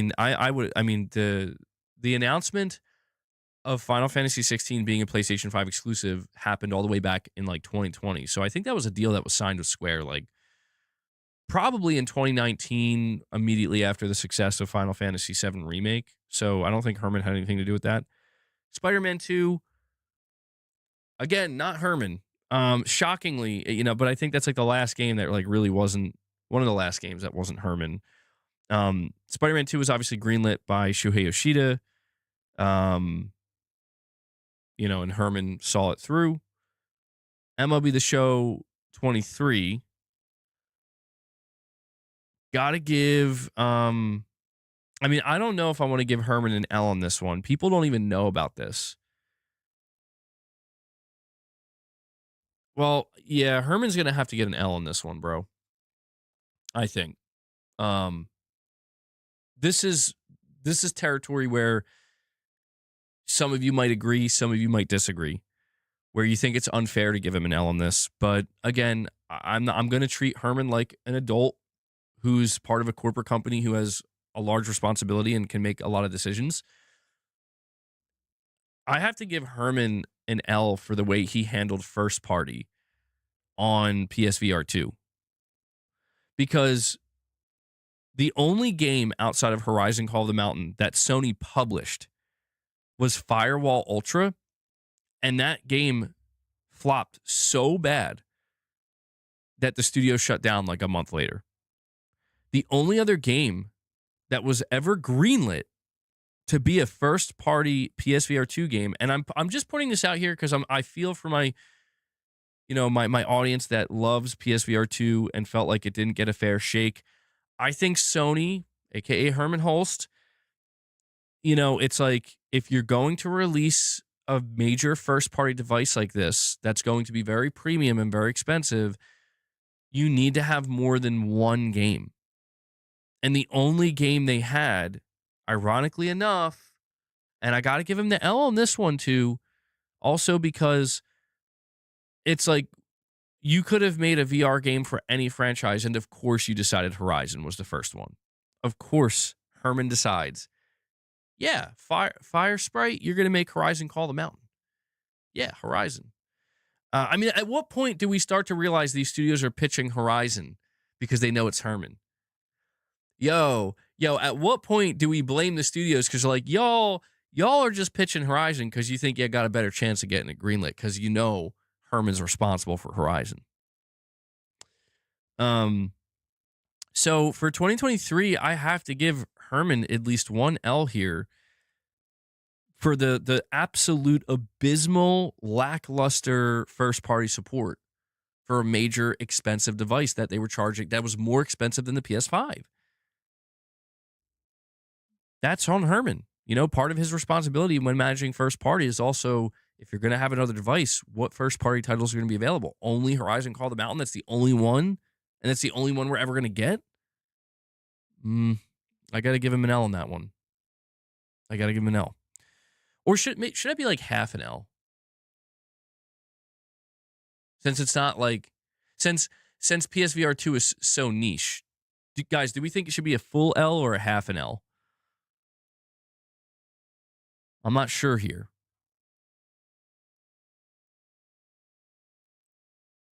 PSVR 2 was a Shu idea. Well, that's true. PSVR 2 was Shuhei Yoshida, I believe. And I think Jim Ryan said okay. Like that was like one of the last things Jim Ryan probably signed off on. But in terms of first party, again, that's Sony. Or sorry, that's Herman.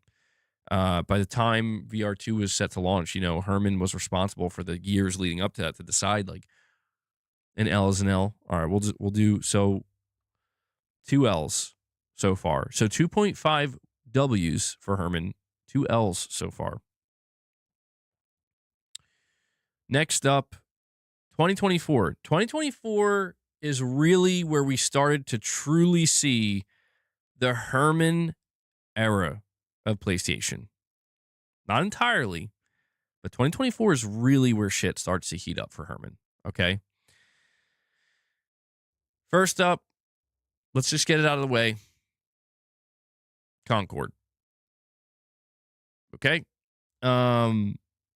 Concord should be worth like 5 L's, but I'm not going to be unfair like that. Concord is definitely an L, but it is the boldest L that I almost said that Concord holds, that Herman holds. Concord is the boldest L, the brightest L, the heaviest L that this man holds so far because a triple L, like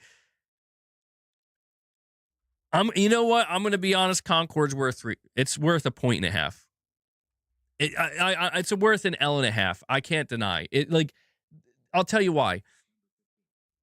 Hold on. Black Speed 2X. Hell yeah, I'm excited, bro. I would be talking more about that today, but they announced that news as soon as I went live. But yeah, man, September 15th, 15 days before my birthday. I'm excited, bro. I'm very excited. I can't wait.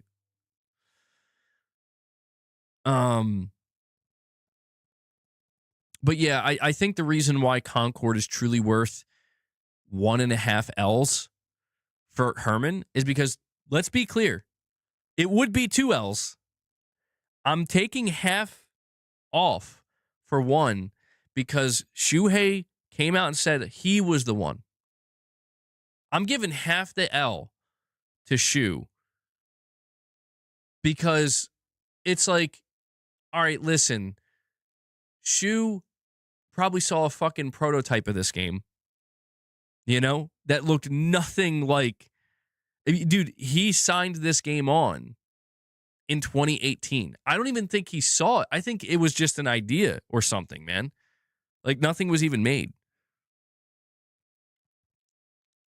And I'm just saying this because we can't give Herman all the blame as much as we want to, but you better believe Herman gets the vast majority of the blame. He gets the vast majority of the blame because he was the one that watched this game come to fruition for like 5 years, bro, or like 4 years. No, it's like 5 years. He had 5 years to make the decision to cancel Concord, and instead of being worried about it and thinking, I think I got to pull the plug on this one, he bought the fucking studio. He said, we need to buy these guys. They're that good.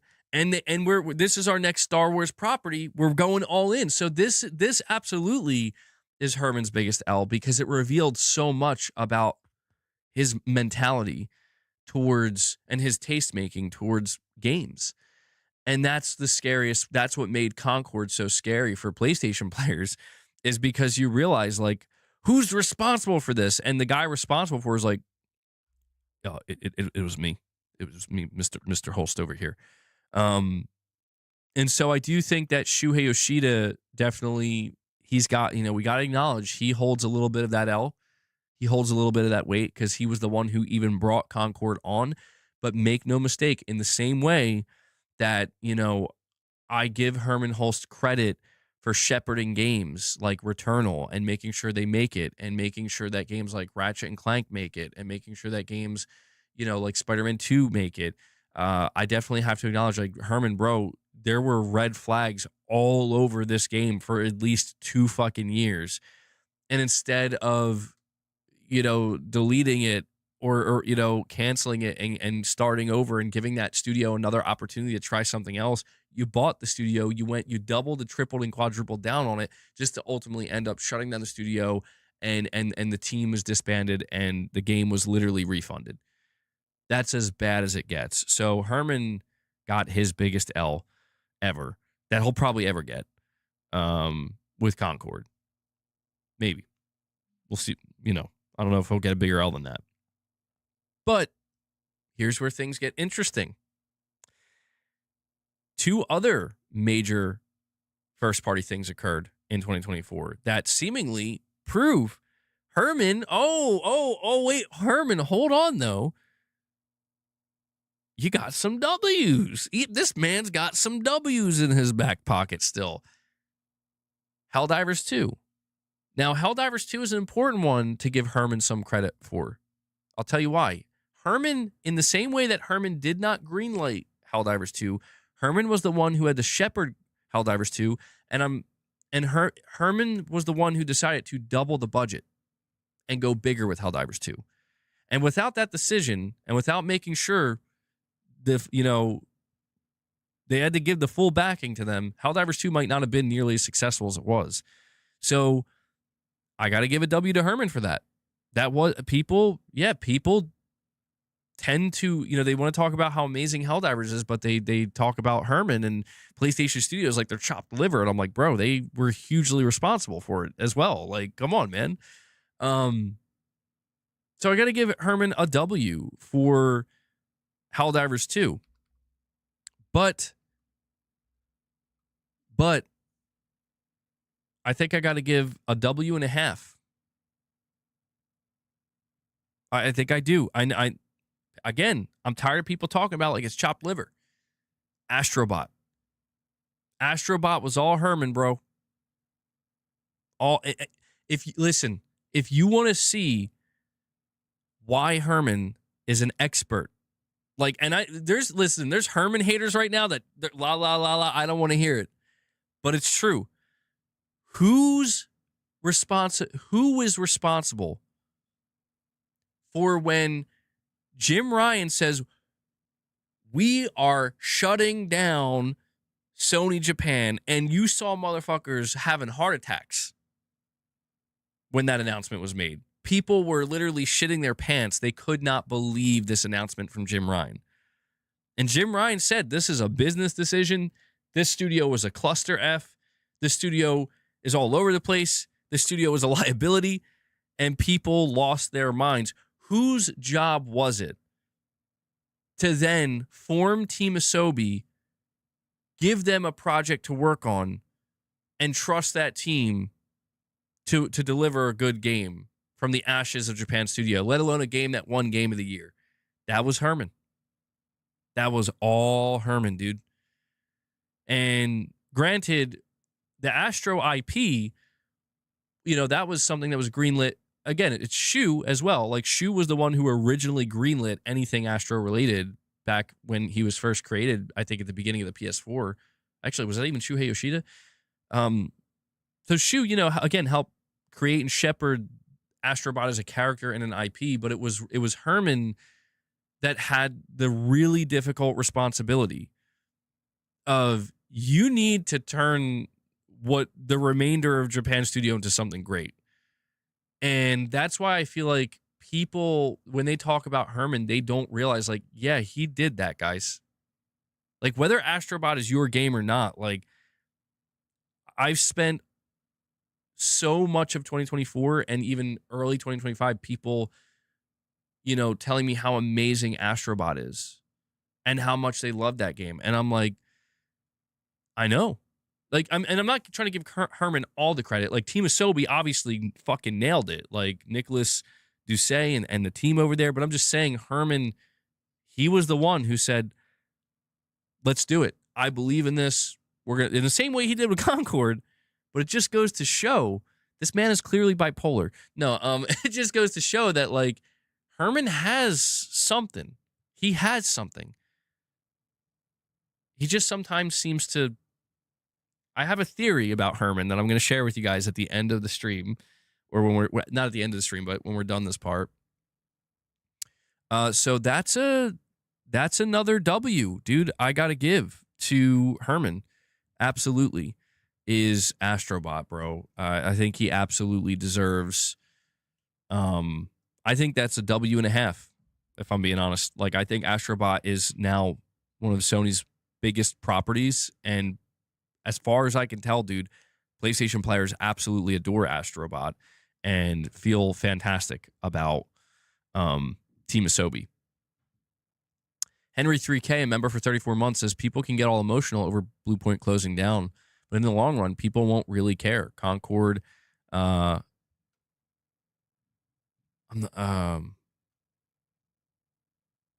think you said here, Concord aside, Hulst has done a good job overall. Well, we're in the process. Henry 3K, at where it stands right now. Well, let me finish going over 2024. We're gonna finish going over 2024. MBG is an Astrobot poster. I do. Do I? Now, other games that came out in 2024. Horizon Zero Dawn remastered. The Last of Us Part 2 remastered. I don't know if I should be indifferent to these. So I'm not going to count Horizon Zero Dawn remastered or The Last of Us Part 2 remastered as W or L's, only because, again, the important things that we learned about this, as far as I'm aware, is these remasters were not done. They did not take up internal resource. They were done on the side. Damn, Laman, that's awesome, bro. I'm happy to hear that. Yeah, I'm stoked. I'm stoked, man.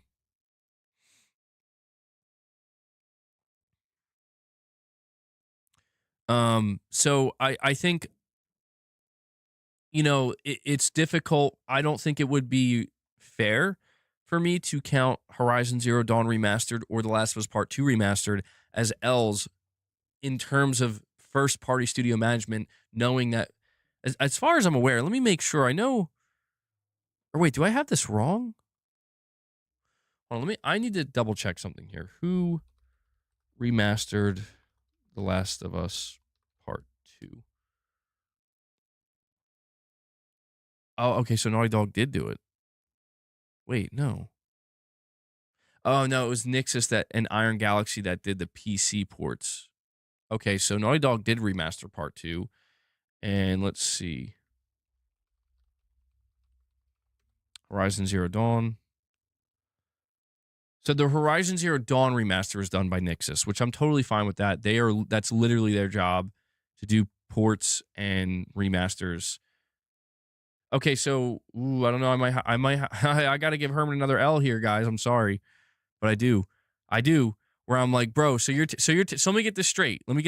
Herman, you greenlit not only for Naughty Dog a Last of Us Part 1 remake, but a Part 2 remaster. Come on, man. Like, I mean, I don't know. That's a tough one. Should that be half an L? That's not fair. Was for the TV show. I mean, I don't feel too bad about remasters because I know they don't take that much. Like, it probably took Naughty Dog like literally like 3 months to remaster The Last of Us Part 2 or something. It just feels worse when you know that like that was the second thing they did after Part 1.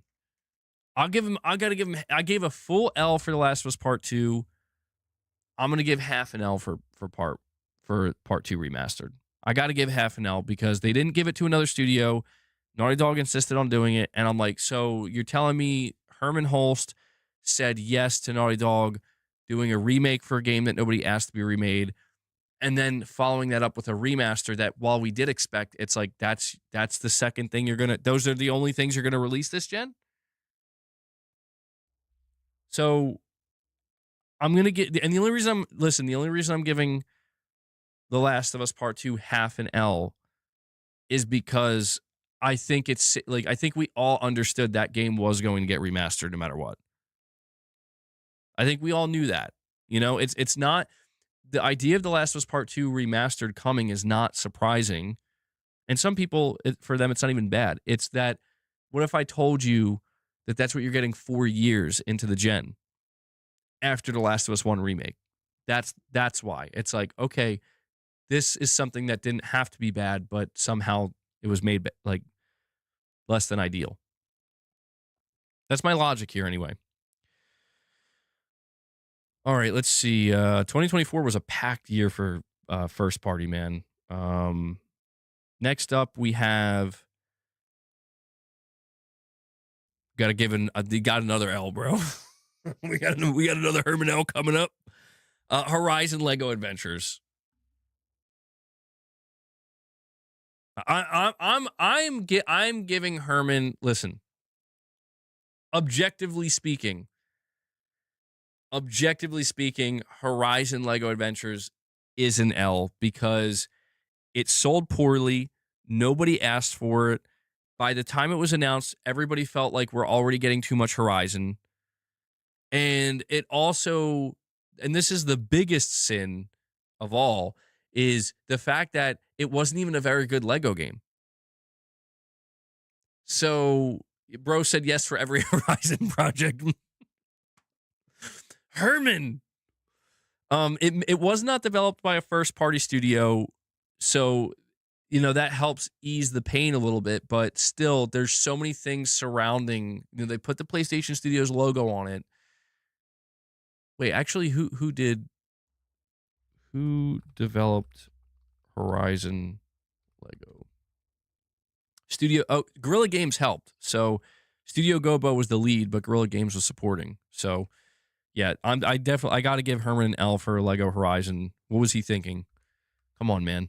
Like at the very least, if you're gonna greenlight a Lego game based on a PlayStation property, you go with the guys who actually are known to make Lego games and know how to make good Lego games. You know, the very least.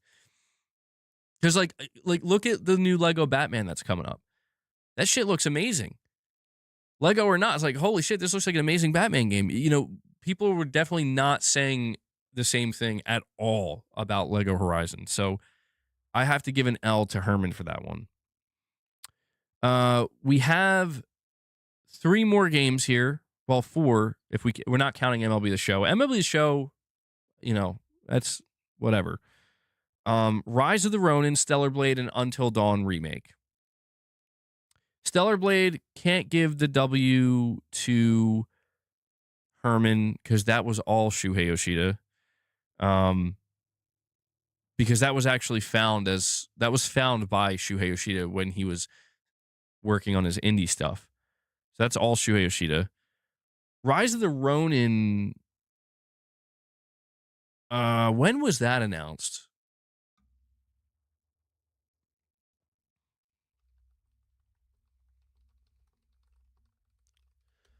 Rise of the Ronin was announced at the September 13th State of Play. Okay, so the Rise of the Ronin thing is definitely Herman. And what do we think about Rise of the Ronin?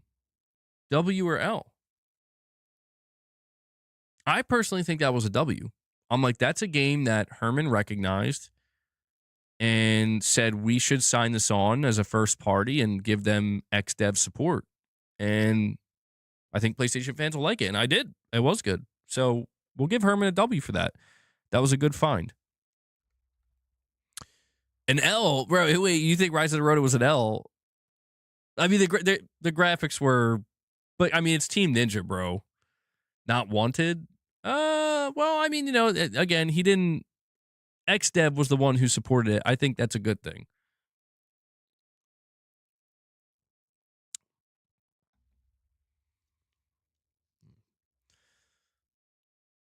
Bad audio and engine.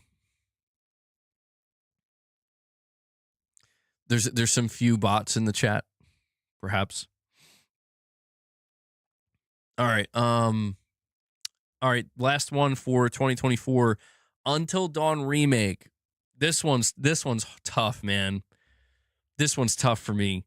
I think a lot of people want to give Herman this is so hard for me to be objective with. I'm not gonna lie. See, I knew I was gonna have some challenges where I love the Until Dawn remake. Without the Until Dawn remake, I may not have actually gotten into the series. Well, it's not a series, but I may have never experienced it. I really enjoyed it, but damn, I don't know. People had problems with it. People felt like it was an unnecessary remake. People felt as though it was a worse remake. People felt as though the studio in charge of it made too many changes that didn't need to be made. It was to go with the movie, yeah. Well, all right, here's the thing. Let me ban someone in the chat to send an example. Wait, it depends, Gaming Survivor, who?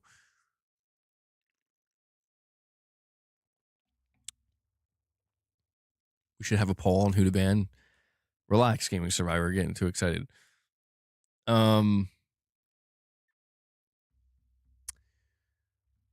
So the thing about Until Dawn is that it didn't really do that well. Don't listen to the vocal minority, Josh. The thing about Until Dawn, like, all right, if I'm evaluating Until Dawn totally objectively, I'm just gonna view it. I'm removing all of my emotion and all of my feeling on it. We need to see. Oh, hold on. I guess Gaming Survivor decided. Damn, bro. You want to come in? Oh, what? Don't you know Gaming Survivor is Hermen Hulst? You better watch out what you're saying about Horizon, bro. if I'm looking at Until Dawn as objectively as I possibly can, nobody was asking for it. Nobody was asking for Until Dawn to be remade.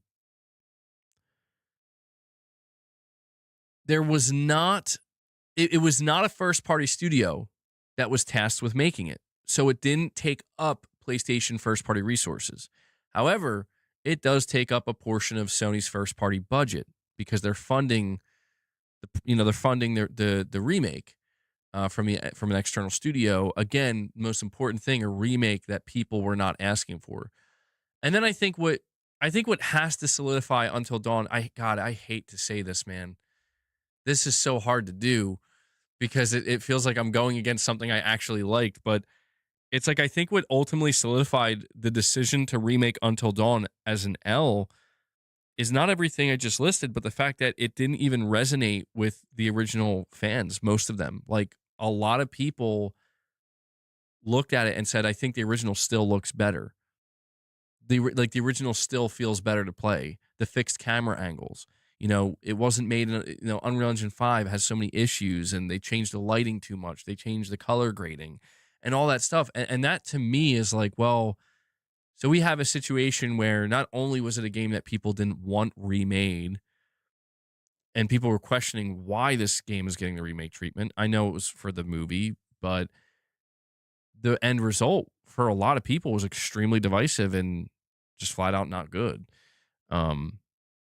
I think all those things considered, man, I think I have to file Until Dawn remake as an L, where it's like, this was totally unnecessary. Like, there's a lot of other games that, like, also, bro, like, why not suggest to well, I mean, the timing wouldn't have lined up, but like BluePoint could have remade Until Dawn later on, but I think that's an L.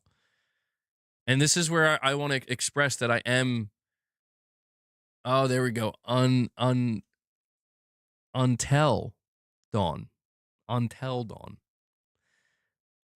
So that's another L for Herman. And that's the most difficult L for me to give because I liked it. But I think there were better ways to handle it.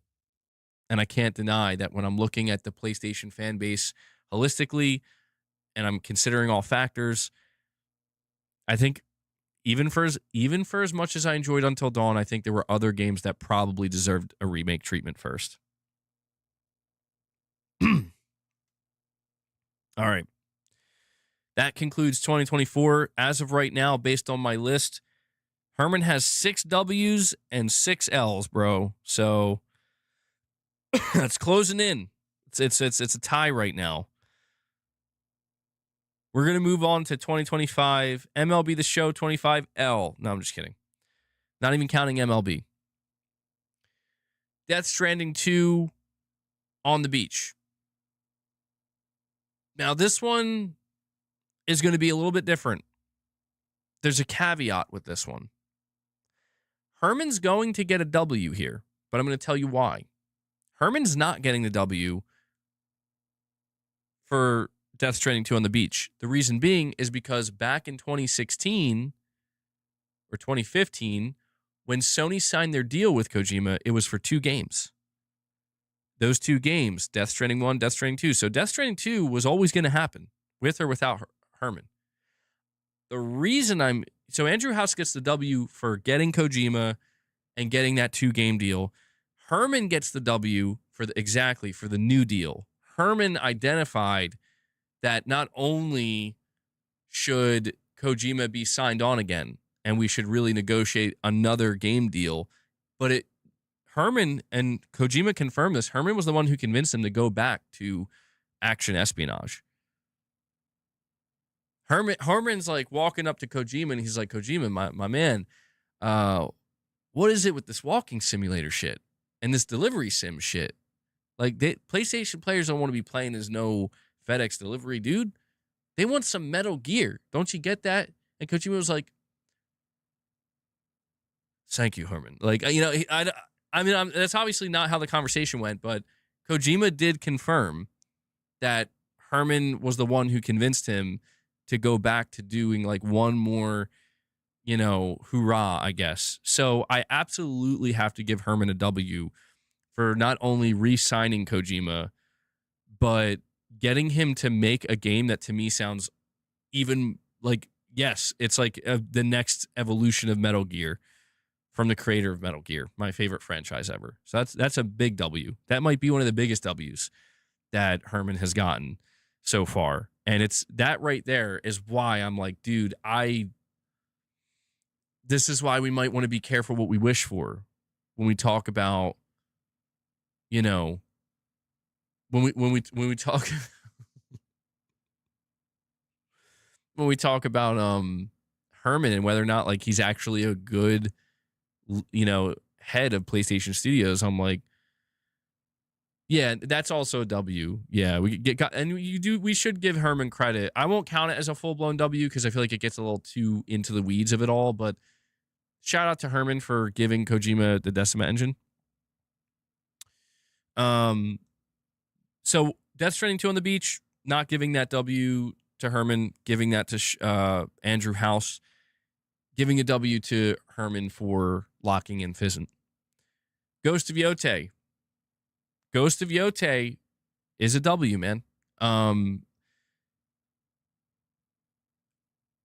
Sorry, lost the stream there. Ghost of Yote is a W because Herman was the one who had to greenlight a sequel. And, Herman took a risk. I'm not going to lie. Herman took a risk. We saw how people were, myself included, very surprised. Like, what do you mean a Ghost of Yote and Nojin Sakai? What do you mean Nojin Sakai? What do you mean? Herman said, yeah. He said, go for it. I trust you guys. And to be fair, he was right. He trusted his gut. He trusted Sucker Punch. Sucker Punch delivered a fantastic game. I'm playing Ghost of Yote right now. I'm trying to get that. I'm almost finished, but I'm just trying to complete the game again on New Game Plus to just get that last trophy in preparation for Legends. And yeah, doing Legends again. So playing it safe overall, because if you play Yote, even though it's not Jin Sakai, it is a safe sequel.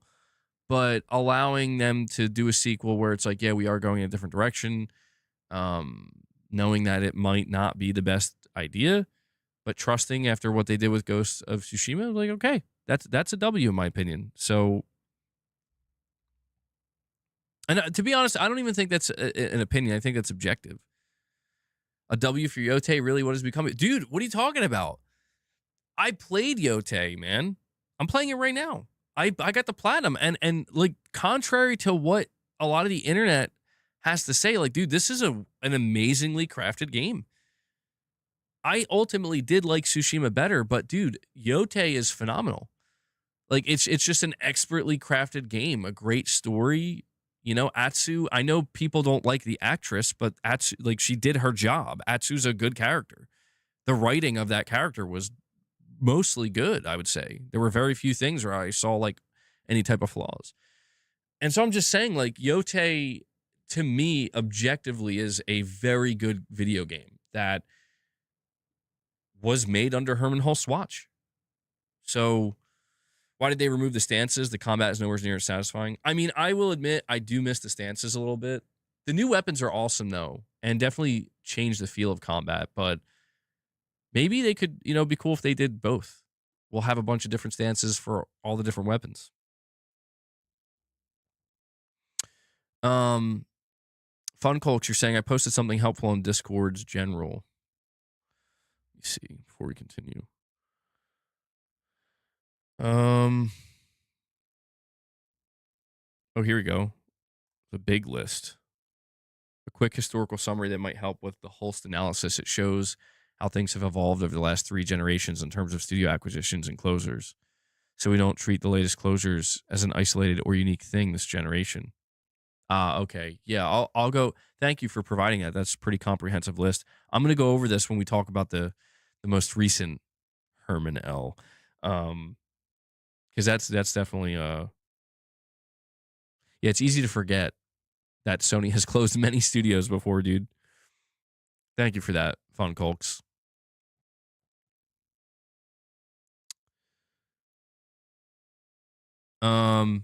So continuing with 2025, next up we have, I mean, this to me, this we have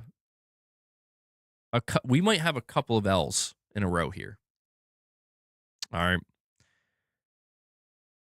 This is where it gets kind of tough. Lost Soul Aside was a train wreck, seemingly. Lost Soul Aside, I'm not sure what this, like, that in particular is a very difficult one to discern because that game was in development. So I don't know that I can blame Hulst for this one. I'm going to tell you why. This game was greenlit back in like 2014, bro. And it seems to me like Sony as a whole was like, we can't cancel it. And it's like, why? It's not coming. It's taking too long. It's not coming together. I think Sony decided they can't cancel it because they're trying to establish good relations with independent developers in China. And this is like a game that people have been waiting a decade for. If they cancel it 8 years in, 9 years in, what kind of signal is that going to send? So it's so, like, I don't know that I can blame Hulst only because, I mean, I think the game turned out bad, obviously. Like, people, I mean, I think most people even forgot that Sony published it, but it's like, it seems like that was a game where it's like, this one's getting to the finish line no matter what. Like, even though everybody's kind of looking at it, it's like, oh man, okay. And you know, there were people who enjoyed it. I got to be honest. Like, there were people, not that many, but they were like, "Yo, the combat in this game's awesome. Everything else absolutely sucks." So, Lost Soul aside for now, I'm gonna put that one because you know I could give the L to Shu for that one. Like, Shu Ayoshida was the one who greenlit that and let it gestate all the way up until, you know, he was no longer the head of PlayStation in 2019. But I'm not gonna give anybody the L on that. If the shoe fits, yeah. I'm just gonna say Sony was just like, we're just gonna ignore that one. Okay. We're not even gonna count that. It is what it is. People, just to be clear, people didn't even want to hate on it. See, Titus says the combat is amazing on Lost Soul Aside. I only saw a very few select people hating on Lost Soul Aside, but even like the Xbox fanboys weren't really dunking on it that hard because I think everybody just understood that it's like they tried. Like this team, this Chinese team that Sony let them make the game for 10 years, and it's like, yeah, man, good job. Good job. that was like the vibe I got. So we'll just move on from that one. But these next two, let's talk about Days Gone Remastered. Days Gone Remastered. Oh, geez.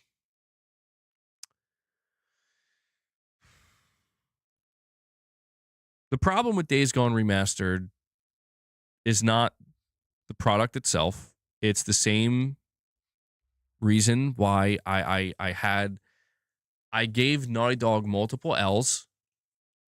Not Naughty Dog. I gave Herman multiple L's for Naughty Dog because of the mismanagement.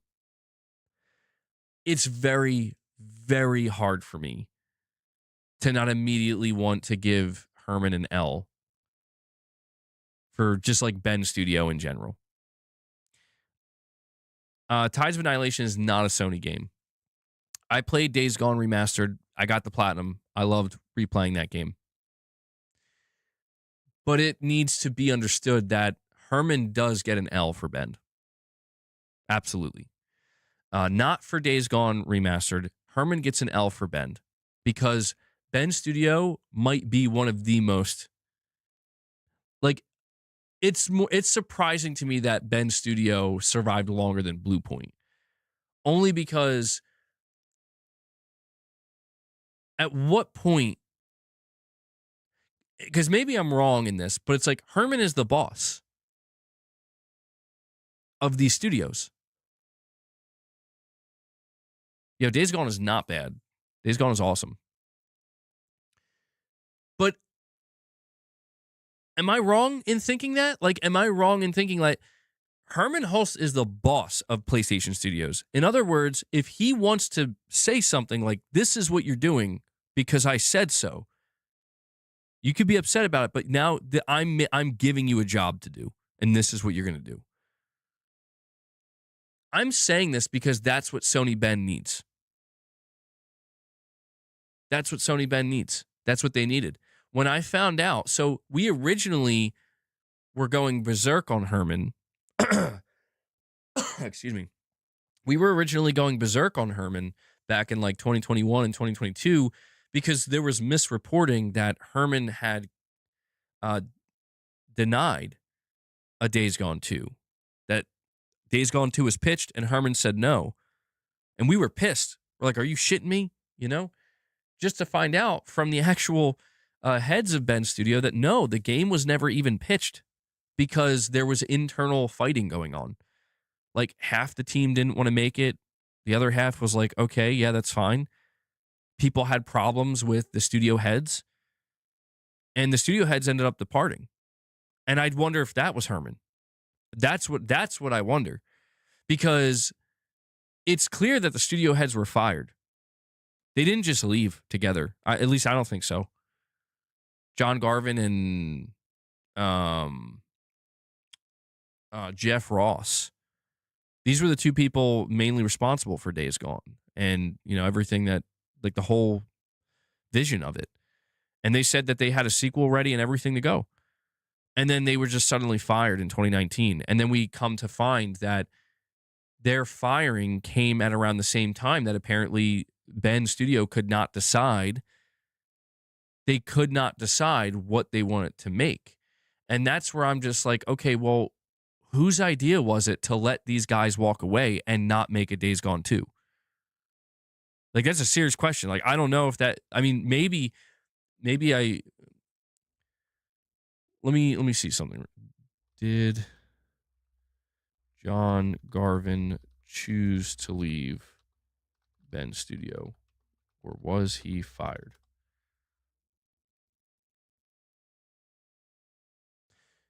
In December of 2022, John Garvin would later claim that he was fired due to his, quote, disruptive personality. See, that right there is what makes me feel like this studio was sabotaged by little bitch babies. I'm sorry. But it feels like that.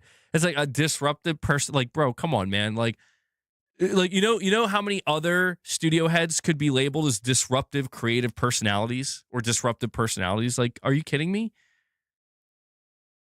I have a bad vibe when it comes to Sony and Bend. I do. I've always had a bad vibe where I'm like, something isn't adding up here. Whining millennials. I mean, dude, I'm not going to lie. I feel like there are developers inside of Bend that basically sabotage their own fucking studio, where they were complaining to Sony's upper management, and maybe Sony's management just did what they thought was like, yeah, you guys got to go. Like, everybody hates you or whatever. Like, you're causing problems. But then, but this is the sad part is like, then Bend gets the opportunity, like, okay, they're gone. The problems are apparently gone. Go make your own game. And you're like, okay, we're going to make a live service shooter. And then that gets canceled because they weren't hitting milestones. A developer from Bend Studio who no longer works there recently revealed that he's like, yeah, I knew it was going to get canceled. We were not hitting milestones. And I'm like, gee, so let me get this straight. You fire the two heads of the studio that have been there since it was founded during the PS1 era, and then suddenly they don't know how to manage a project.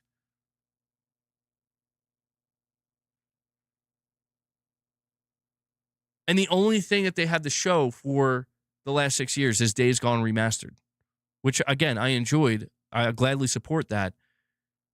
And this is where I have to ask, under whose watch was this shit allowed to happen? Herman's watch. Herman.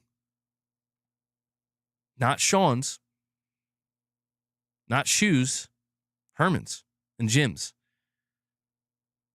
And I feel so bad because it's like, dude, what the fuck is the future of Bend now? If BluePoint wasn't safe, holy shit, Bend must be on life support. And guess what? Bend was the other game that got canceled alongside BluePoint's. For all we know, a decision was already made that, yeah, we're closing them. We're just not announcing it yet. We're going to announce it after the next state of play. Moore's Law is Dead released another video about the PS6. Awesome. I'll be sure. I'm going to check that out later. We'll talk about that if he has any new information. Bend Studio to me is such a disturbing display of incompetence. Like a level of incompetence that I will be honest, and I know people, I understand people who disagree. Like, dude, look at how Days Gone reviewed. Days Gone was a mid game. People, come on, let's not pretend like this was being celebrated like it was like The Last of Us was. And I get that. I understand. I'm not saying there shouldn't have been any problems. I'm just shocked that this is the outcome after 6 years. I am. It's gonna be going on 7 years. I'm just shocked that this is the outcome where it's like we could have been playing Days Gone 2 right now. Literally, right now. It could have been a Q1 release for 2026. That's what we could have had. And then after that entire studio could have said, you know what, maybe let's take a little break with Days Gone, try something new. But instead, we're looking at an actual reality where this studio might be next up on the chopping block. And that to me is, no matter which way you slice it, just depressing, man. Where it's like, bro, it's one thing. If you told me that Days Gone was a sales failure, a commercial failure, and only sold like 2 million copies, and that's why, I'd be like, okay, I guess that makes sense. On top of the not so great reviews, that game sold like 10 million copies, bro. Sabotage. Self-sabotage on both Sony Bend's and Sony's management, upper management, on both parts. Where it's like, what the fuck are we doing here? Like, I mean, really. If Sony Bend doesn't go pitch a Days Gone 2, I hate to say it, they deserve what comes next. If you're so stubborn as a studio that you don't realize you're on the ropes, buddy. Your founders, the studio founders are gone. They've been gone for 6 years. You guys decided collectively you didn't want to do Days Gone 2. You wanted to do your own thing. You were given more than enough rope to do your own thing. You practically hung yourselves. Wisen up. Pitch a fucking Days Gone 2. Sony. And the only thing at that point is if Herman's like, no. I just like got snot everywhere. Sorry, I'm still a little bit sick. The only thing that would be worse is if Sony was like, yeah, no, we're still not doing it. We're still not doing it. At that point, that would be all on Sony. So, decisions, guys. There's an L here. I got a big L for Sony Bend. But who does it belong to? Who gets to hold this L? Is it Sony Bend themselves? Is it Hermen Hulst? Gothmog, you'll hold it? But the L's got to go somewhere because somebody royally fucked up here. And this is where I need to remind people, man, no matter how much of a Hermen Hulst defender you are, I have to remind people, unless I'm totally misunderstanding something, is it not, I don't know, maybe I am wrong. I was going to say, like, is it not Herman's job? Maybe I misunderstand, where it's like, a studio dying is not my responsibility as Hermen Hulst. That's not my responsibility. My responsibility is to, but like, what is your responsibility? You know what I'm saying? Like, if your responsibility is not to shepherd these studios, then what the fuck are you doing here? You know what I mean? Like, what role do you play? That's why I'm like, how does the blame not go to Herman? Where like, you know what I think? You know what I think? I'm last thing I'll say about Bend. I think internally at Sony Bend, there was like two groups of people.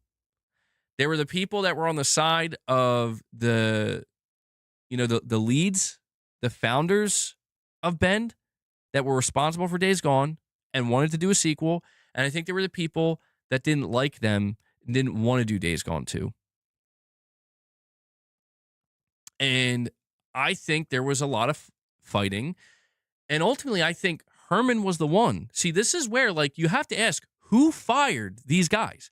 How do founders of a studio get fired? There's only one way. Sony steps in. Sony identifies there's a lot of infighting right now. We have to sort that. That right there, that's Herman's job. Like, your studio is on fire. You need to go put that out. And I think Herman, the board of directors, well, I mean, it's just a theory of mine, but I think Herman sided with the people who didn't want Days Gone. And I think he made the decision that I got to go. You know, maybe it was like there's way more people that in the studio that don't want to make Days Gone 2 than do. And the founders got to go. The founders don't know now. They don't know how they're mismanaging their own studio because everybody here is unhappy. And we don't want to lose all these devs. But it's like, no offense to all the other devs at Days Gone or at Sony Bend, but it's like the founders are institutionally, like they're institutional knowledge, bro. Like, if you get rid of them just because of a disruptive personality, you got to really know, like, dude, that might be the end of the studio. Ultimately, you know, you're severing the head of the snake.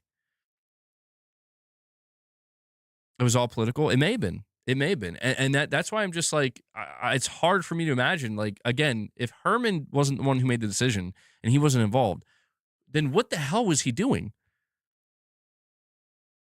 You know what I mean? Like, that's why I don't like, you guys fight it out amongst yourselves. Get back to me when you're ready to pitch. Is that what he did? I mean, maybe. Josh, Z, you're saying don't blame the coach when players don't execute. Yeah, it's a tough one. It's a tough one, man. I guess what feels weird about that, Josh, because I agree with that, but I feel like the players did execute. Is it's like, okay, was that play flawless? No. What did it do? But you know what? It sold. It sold a lot. And it made money. Made a lot of money. And you got a fan base. All Days Gone really lacked was good reviews. Like really stronger reviews that, you know, struggled to get it up higher on the Metacritic. And that's why I feel like the players were ultimately blamed and fired for actually. It's like you mostly did your job. Like, you won the game. It was a sloppy win, or, you know, not as tight as it could have been, but you still won. And it's like, well, you're fired anyway. And that I got to be honest, Josh, like, that's what it feels like to me. You know, it feels like. Wait, hold on. What's going on in the chat? Why are you guys spamming W's in the chat?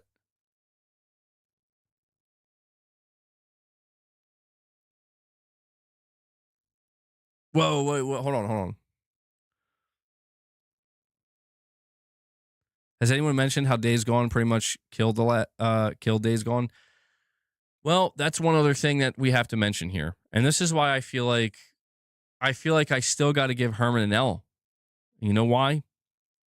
Because I remember Sean Layden.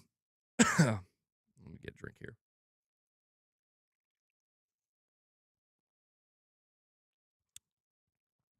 Sean Layden,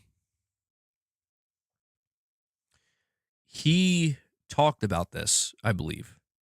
He talked about how one of the things that felt like it was getting in the way of Days Gone, potentially, was that it seemed very similar to The Last of Us. Same genre, zombies, post-apocalypse, survivors, photorealistic graphics. a color palette that looks similar. There were many aspects of these games that looked interchangeable. But the thing is, they got greenlit anyway under Sean and under Shu. And here's the thing. If you go play The Last of Us 1 and then you go play Days Gone, you will realize these games are very, very different. There are aspects that are similar, but generally speaking, like they're very different. And they feel different, they play different. There's the similarities really hit a wall after just their zombie games and their photorealistic graphics. That's where it hits a wall. After that, they're completely different. And I think Sean Layden and Shuhei Yoshida understood that. And that's why they let it happen. And that's why you do, like, how much overlap is there between Last of Us fans and Days Gone? A lot. A lot. Not just because they're zombie games, but because I'd say a lot because they're actually different. People know when they go in the Days Gone, they're not getting, like, you're not going to get a scene like, like you did with, Ellie fighting David in the end. You're not getting something like that. But instead, you're getting an open world. We're going to go clear out like hordes of zombies and shit. Something you can't do in The Last of Us. That's why there's overlap. That's why it's awesome. And it's like, yeah, why can't these two things coexist?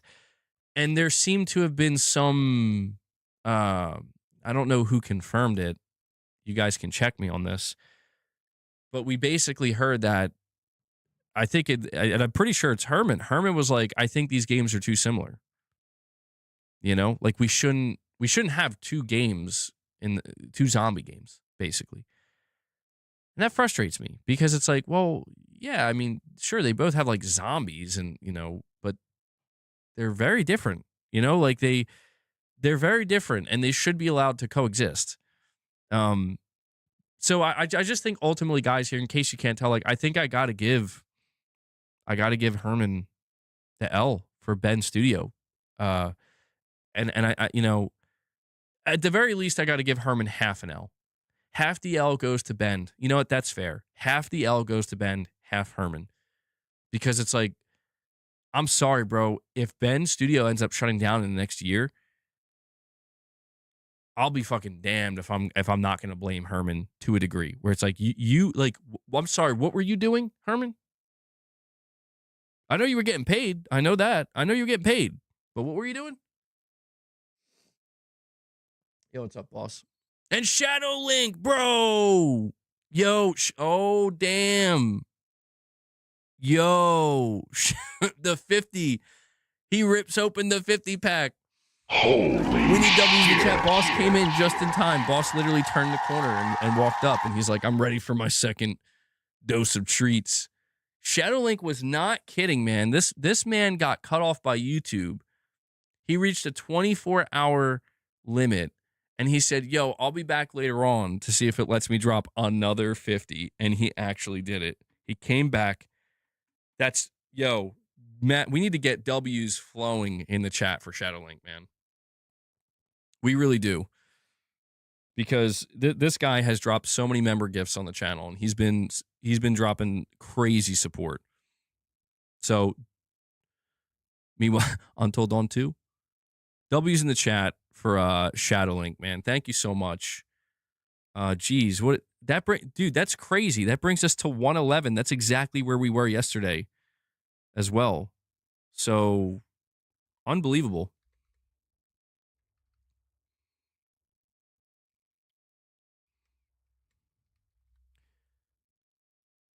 There we go. There we go. Now we're seeing the W's. Thank you, man. Wow.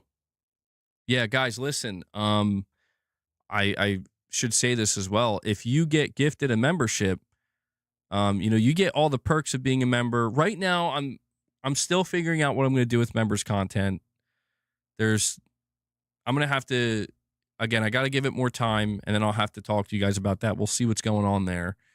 But at the very least, just know that for those of you who are members or who get member gifts, if you choose to renew your membership, you get a month for free.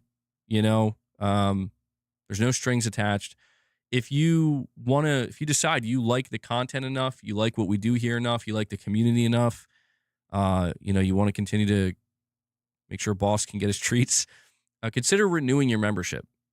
It's $5 a month, and I know times are tight, for a lot of people, things are tight. So if you can't, you can't, but if you're able to, just consider it, because I am completely fan funded. I don't do sponsorship deals. I like to just keep things completely independent, sponsor free, and I try to make it so that, if you like the content and you think it's worth at least $5 a month for everything I do here, then I greatly appreciate that, and you are contributing. So, people like Shadowlink and a lot of you guys who are dropping large amounts of support, can't do it without you guys either. You guys are just as much the backbone. So thank you. I will give Boss a couple more treats. Yeah, it's my lucky number, 111. Yo, could you imagine if I played the lottery and won? Damn, Boss looks intimidating up there. Don't hurt me, man. Don't hurt me. I got you, bro. All right. I'll give you a few more. Big state of play at the end of summer. Where'd you hear that? Here you go, Boss. All right, that's enough. You're cut off today, bro. Man, thank you so much, Shadowlink. Really, I'll say it once again. I don't know what I did to deserve such a generous and frankly just awesome community. You guys keep me humble. Let me tell you. Thank you.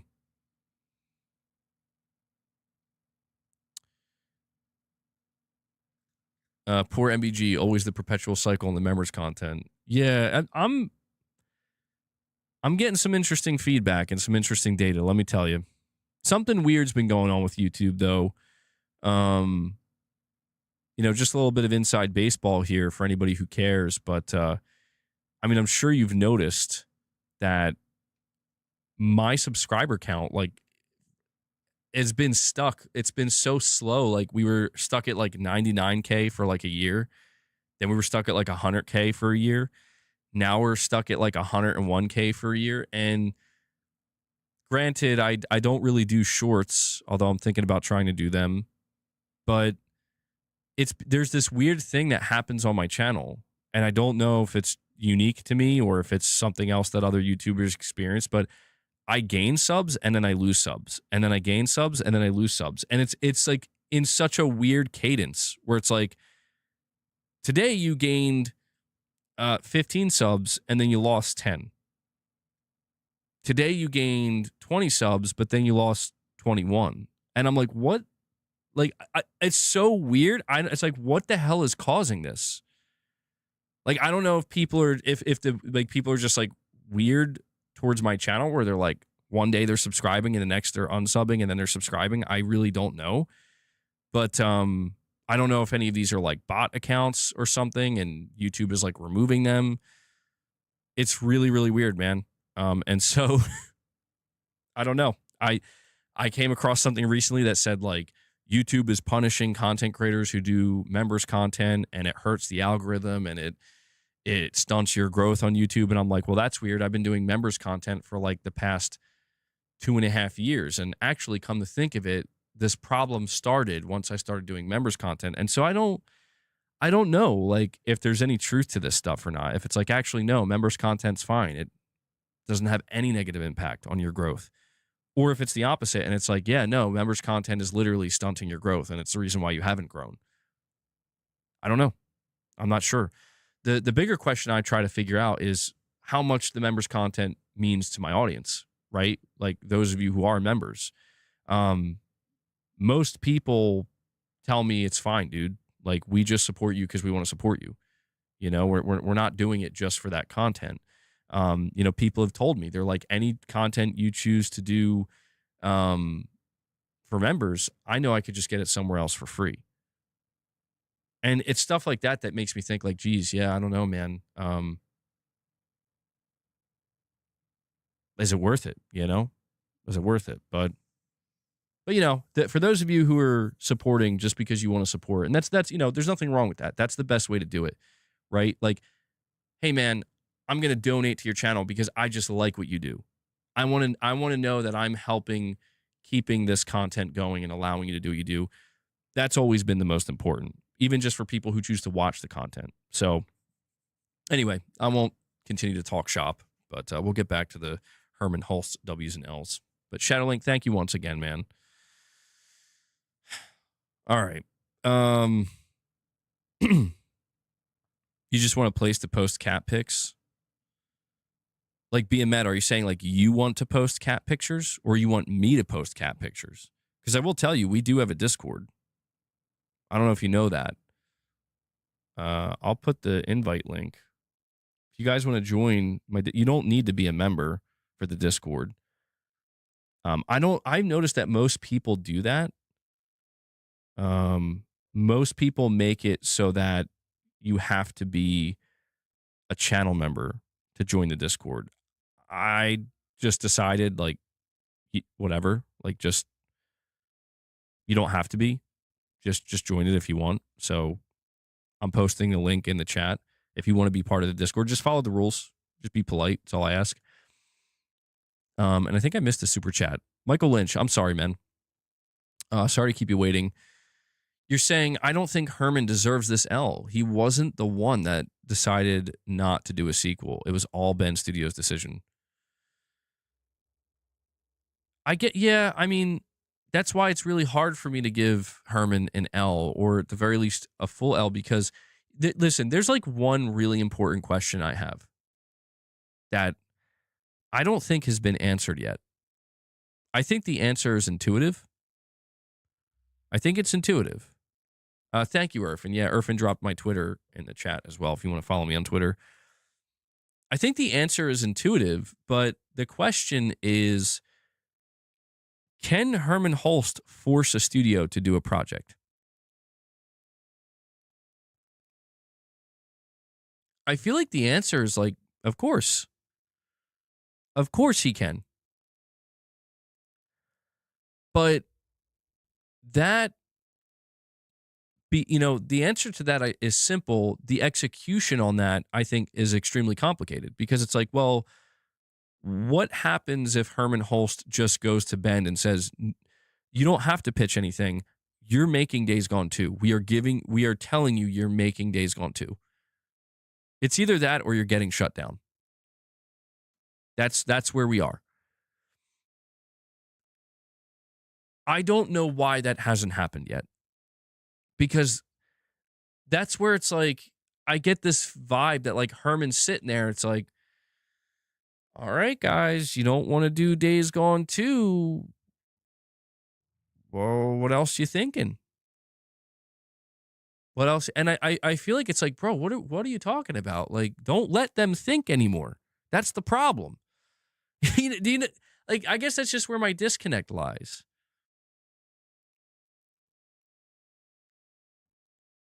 Michael, what are you're saying? Fire? Are you saying Fire Sprite or Fire Rocket wasn't turned down? Oh, you're responding. The pitch for Days Gone 2 was turned down. No. Okay, yeah. So Fire Rock. Days Gone 2 was never pitched. We learned that from the devs who left.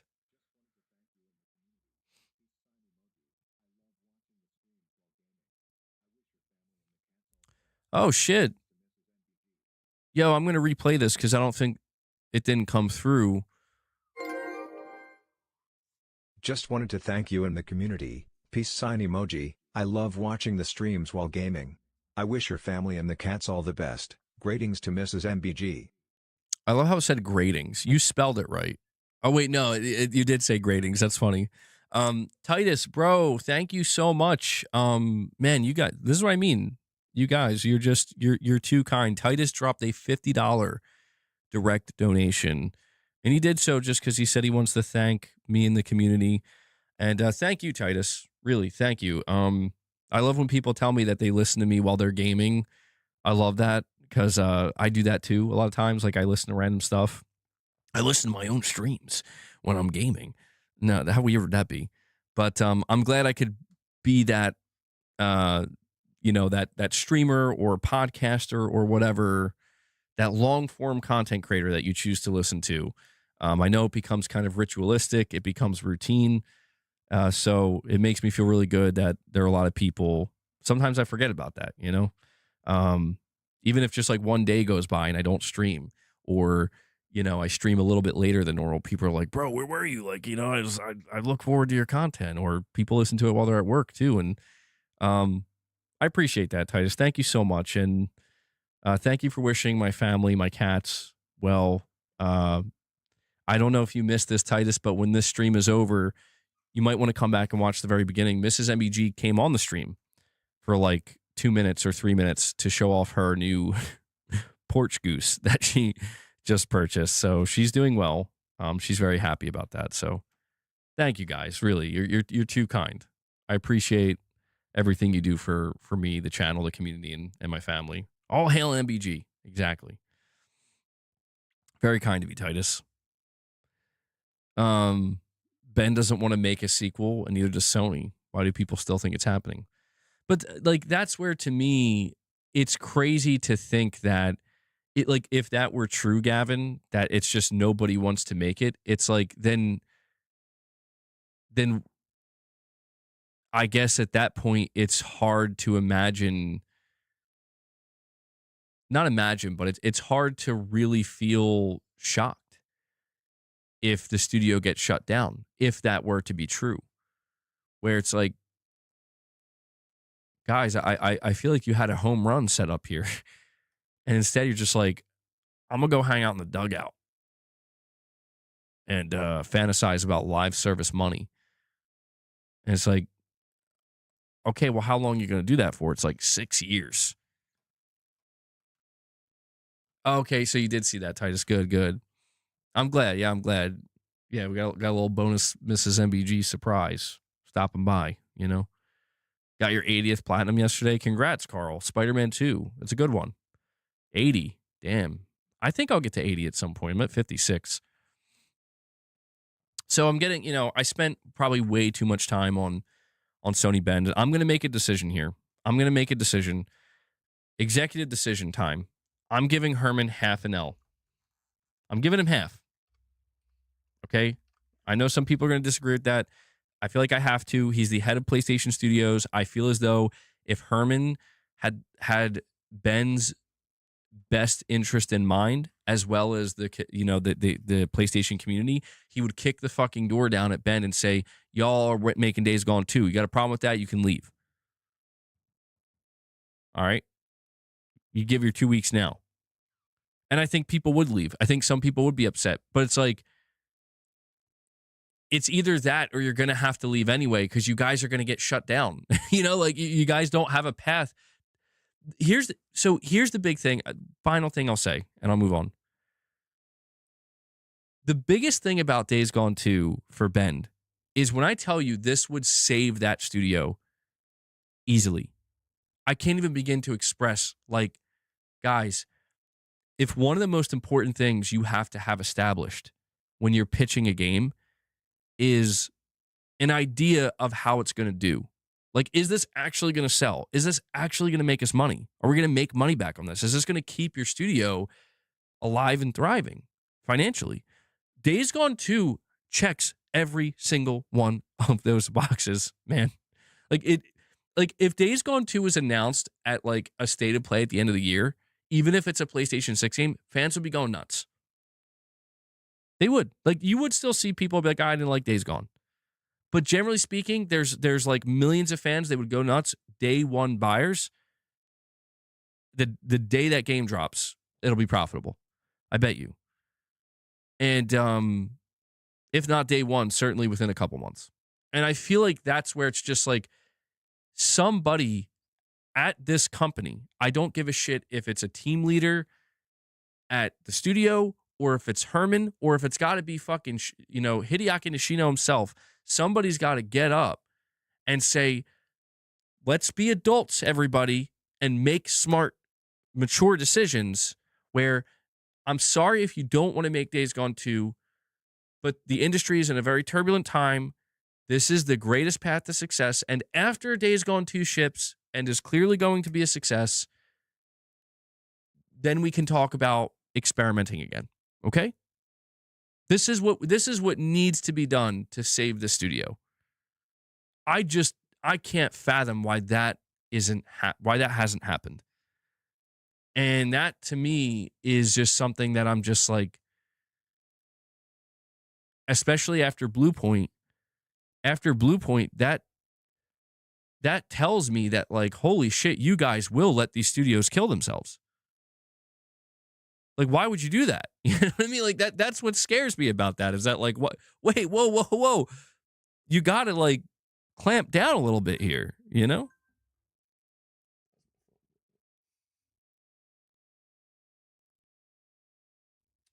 All right.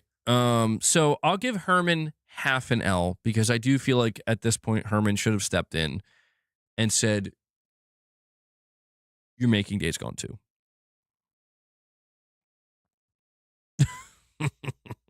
Gamer Survivor, that's diabolical. Sony clearly doesn't agree with your assessment of the market.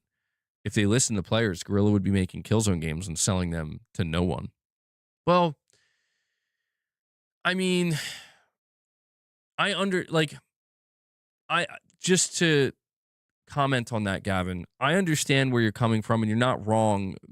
Sony wouldn't disagree with my assessment of the market as much as they would disagree with my own personal taste making, because I think Shuhei Yoshida, when he was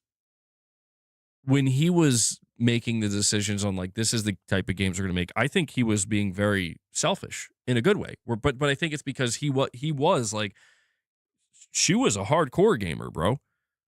Like, he a lot of times, but he missed the mark though. Like, Shu didn't like the, God of War 2018 pitch or the first gameplay demo. He was like, oh my God, what the fuck did they do? I mean, and it's like, well, you could have been more wrong on that one. He was smart enough not to pull the plug on it, but he didn't realize, and he, like, to Shuhei Yoshida, God of War 2018 felt like taking a chance. But I'm just saying that, like, Hermen Hulst seems to me more like somebody he's not thinking about what he likes. And he's not thinking about, as much as he should, what the core PlayStation fan likes. I think the greatest fault of Herman, and I don't think it's fully his fault, because what you're saying is correct, Gavin, Sony has a different view of the market. Herman's greatest fault is he's thinking way too much, being way too considerate of large groups of players that don't care about PlayStation franchises. And if they're on PlayStation, they're not playing PlayStation games. They're just playing like Fortnite and shit. And if they're not on PlayStation, then the PlayStation doesn't even exist to them. And there's way too much emphasis on that. And there's many reasons why. It all goes back to growth. And I think that's why Herman, for people who want to know, like, why isn't Herman fired? That's why.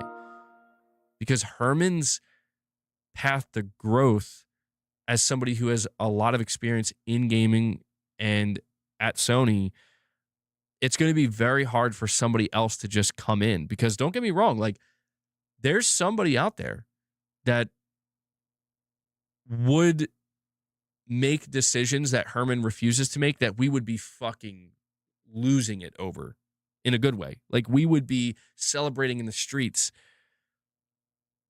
Whether or not that person and those decisions are going to lead to the type of growth that Sony is interested in achieving, the answer is probably not. And that reveals the true devil, I guess you could say. The devil. Sony's the devil. Confirmed. All right. We're not finished, though. We're almost done. We're still on 2025. There's one more game here that nobody. Okay, guys, listen. There was one more game that was published in 2025 by Sony. I want to know if anybody can tell me what it is. So MLB The Show, Death Stranding 2 on the Beach, Ghost of Yote, Lost Soul Aside, Days Gone Remastered, and a random PSVR 2 game called Climate Station that they apparently published, which I never heard of. There's one more title. There's one more title that they published. Does anybody know the name of this game? Does anybody know what game this is? Oh, wait. A2 almost has it. He almost has it. He has half of it.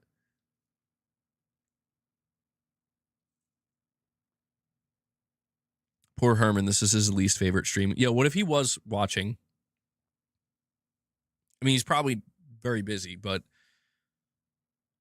I mean, I'll be honest, man. If somebody was streaming about me, there you go. You guys got it. Midnight Murder Club. If somebody was streaming about me and the title of their, and it had 250 people watching and the title was evaluating MBG's performance as like the head of PlayStation Studios, I'd be a little bit interested. I'd be like,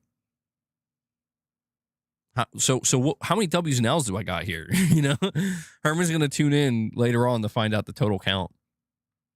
I love the idea of I love the idea of Herman watching on his phone and like yelling at his phone because like there's some things I'm saying that are totally wrong. Like I have no idea what I'm talking about. And he's like, no, you don't understand. But yeah, so there's another game that was published by Sony in 2025 called Midnight Murder Club. I'm not even gonna give a W or an L on that because it's just like that was an indie team that Sony signed on. And it looked like they may have had a fun party game. Like, you know, Sony, you never know what that next party game is going to be that takes over the internet. This was not it. I think that game's already dead. And Armani Coleman with a super chat says it's going to be March, I hope, when they show Wolverine.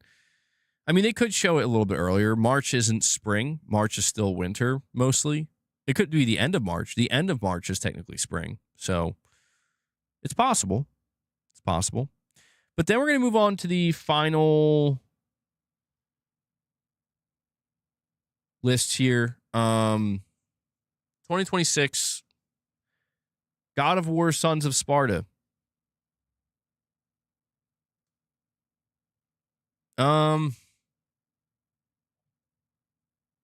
This one's kind of tough too.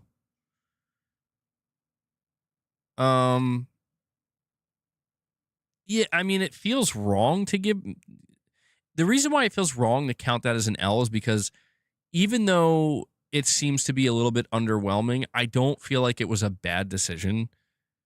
Where it's like they just finally decided they wanted to do something different. And like the reason why I feel like it's unfair to call this game an L is because I feel like this is kind of what people were complaining about. People were saying like, you know, you need to do different types. Well, I don't know. Like how many people were truly asking for a 2D God of War game? I don't know. Yeah, I mean, I don't want to give this an L because I feel like experiments like this are good and necessary. Like to me, this is different than Lego Horizon. Lego Horizon just felt wrong. Where it's like, I see what you're doing, and this is bullshit. Like, come on, guys. This feels different. Like, this feels better. Where it's like, this feels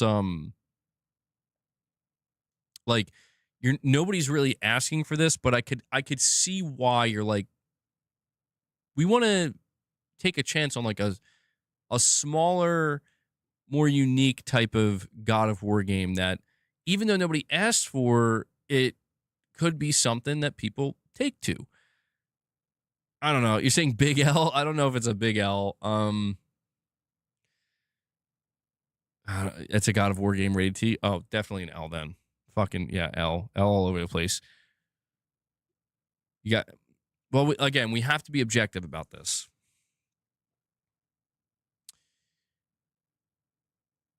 So if we're looking at it objectively, let's run down the points here. You hate when people say no one asked for this. That's true. You didn't get great new unique games by asking for that specific game. That's true. That is true. All right, let's run down the list. God of War: Sons of Sparta. It was made by a small indie team, not a PlayStation studio. The amount of money that was put into it was clearly not a lot. It's a smaller budget game. So didn't really take up many resources, was a lower budget. Is a cheaper game. It's $30 and was shadow dropped. Reviewed pretty poorly, I would say. Selling okay. God, man. See, I feel like that puts it in a category of it's not a W or an L. Like, I don't think it hurt anything, and I don't think it reflects poorly on Herman or PlayStation Studios. I think it's also just, it's not amazing. Like, what I will say is I think better decisions could have been made if you're going to make an experimental game with God of War. I think a better idea could have been pursued ultimately to yield better results. You think it's quite overpriced, is it? So I'm gonna cross God of War: Sons of Sparta out, where I feel like it would be disingenuous to label that as a full-blown L for Herman. Certainly not a win for Herman. It's, it's something that they just, put out there. God of War cart next. I try to understand that not everything can be a win, right? And we have Marathon. Oh boy. Marathon's getting a big fat L. Herman, maybe it's not fully your fault, but you took the job that Jim gave you. Jim didn't fall on the Bungie knife. You were left to fall on the Bungie knife, Herman. So I'm giving Herman an L. I just have to. The Bungie situation, we've talked about it. Objectively, the Bungie situation has been a fucking disaster. There's no world in which Herman didn't play a role in this acquisition. I think obviously Jim Ryan was the big one that Jim Ryan was mostly responsible for Bungie being acquired, but Herman definitely played a role. And to be clear, I'm only giving, it's not Marathon that I'm giving the L to. Marathon itself could ultimately be a W. The L is going to Bungie as a whole and the fact that Sony even bought them. And that Herman was part of the group of people that made the decision we need to buy these guys. Herman gets an L on that. Herman should have advised against this. And he my assumption is he didn't, because he was talking about how excited he was. So that's just it's how it's got to be, man. That L could, by the way, I want to make it clear. I'm right now, Bungie, this is an L on Herman's part because, again, I need to remind people, BluePoint was shut down for not producing after X amount of years. BluePoint was probably purchased for, how much do you think it costs Sony to buy BluePoint? Like, if we just had to guess, there's no number. Possibly over $70 million in sales. Come on, dude. Like, Sony paid $225 million for Insomniac. BluePoint was probably acquired for like less than $100 million, or like maybe like $150 million. So I'm just putting this out here because Sony paid $3.6 billion for Bungie.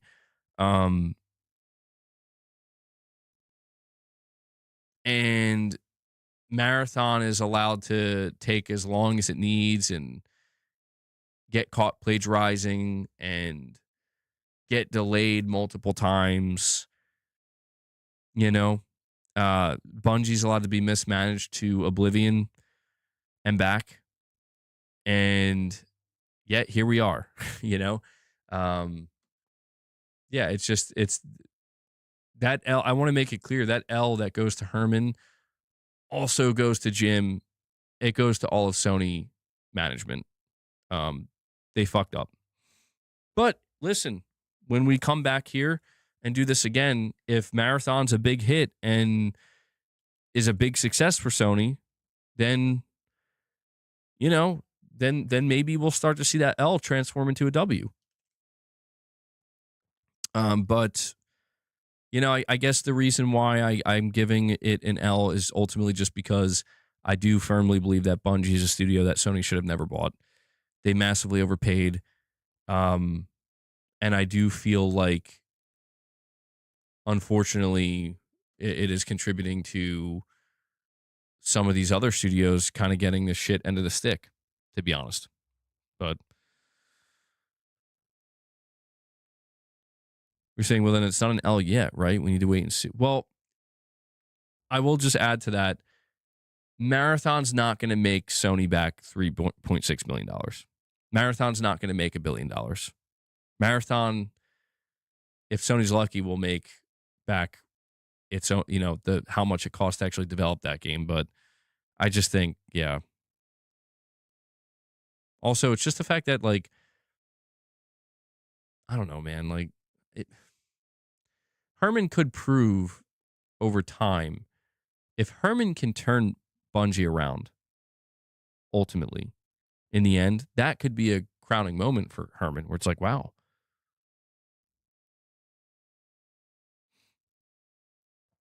I don't know. Do you guys think I'm wrong on this one? Do you think Marathon doesn't deserve an L? Well, all right. So we could do this. If you want to do it this way, we could do this. We're not counting games that haven't released yet. But if we don't count games that haven't released yet, then that means we're not counting Intergalactic. We're not counting Wolverine. We're not counting Soros. And I'm okay with that. We don't have to do that. If you want to just end it at God of War, Sons of Sparta, and not count anything else, because, you know, actually, that probably makes more sense.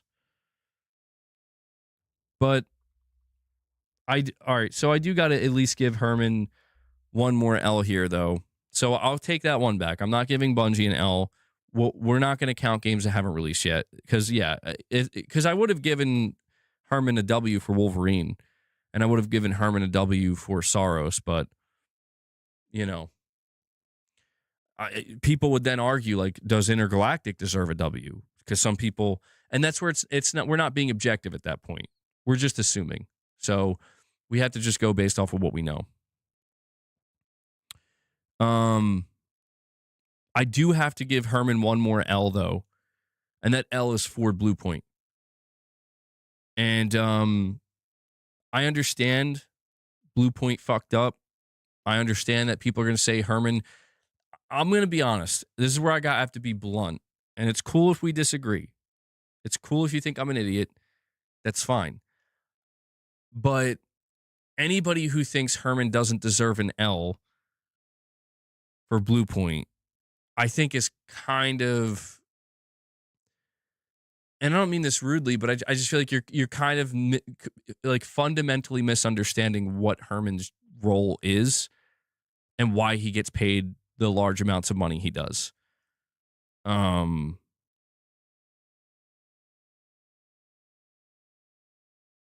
Yeah, that's a good idea, pushing polygons. I should. So I'm not saying all of the blame gets placed squarely on Hermen Hulst's shoulders.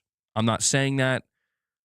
An L needs to go to the upper management of BluePoint for thinking a God of War live service game was good, but the L ultimately goes to Herman because he's the one who decides what studios live and die, and he made the decision that BluePoint is unviable.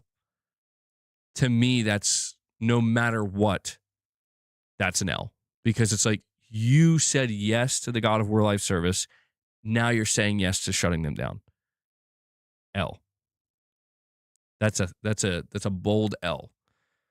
So you're probably wondering where we are now. Let's add them all up. And you might be shocked to find, based off of everything we went over here today, Hermen Hulst has racked up 7.5 L's. 8 W's.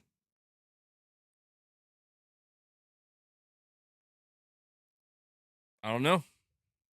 I don't know, man. It's looking kind of spooky out here. What are we thinking? So clearly, this man needs to be fired.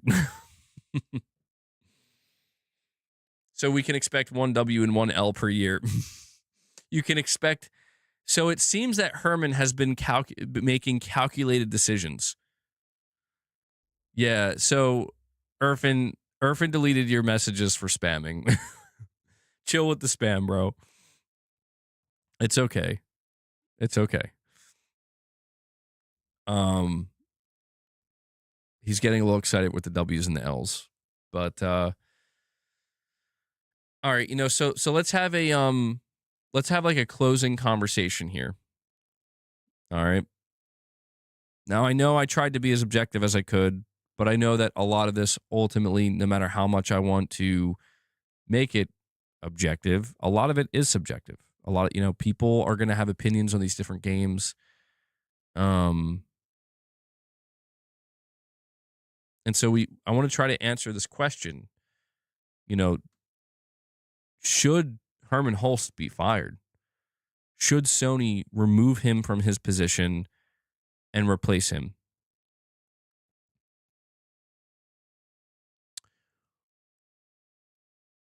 Oh, by the way, we didn't count Horizon Hunter's Gathering, because we did make the decision we weren't going to count games that aren't out yet, but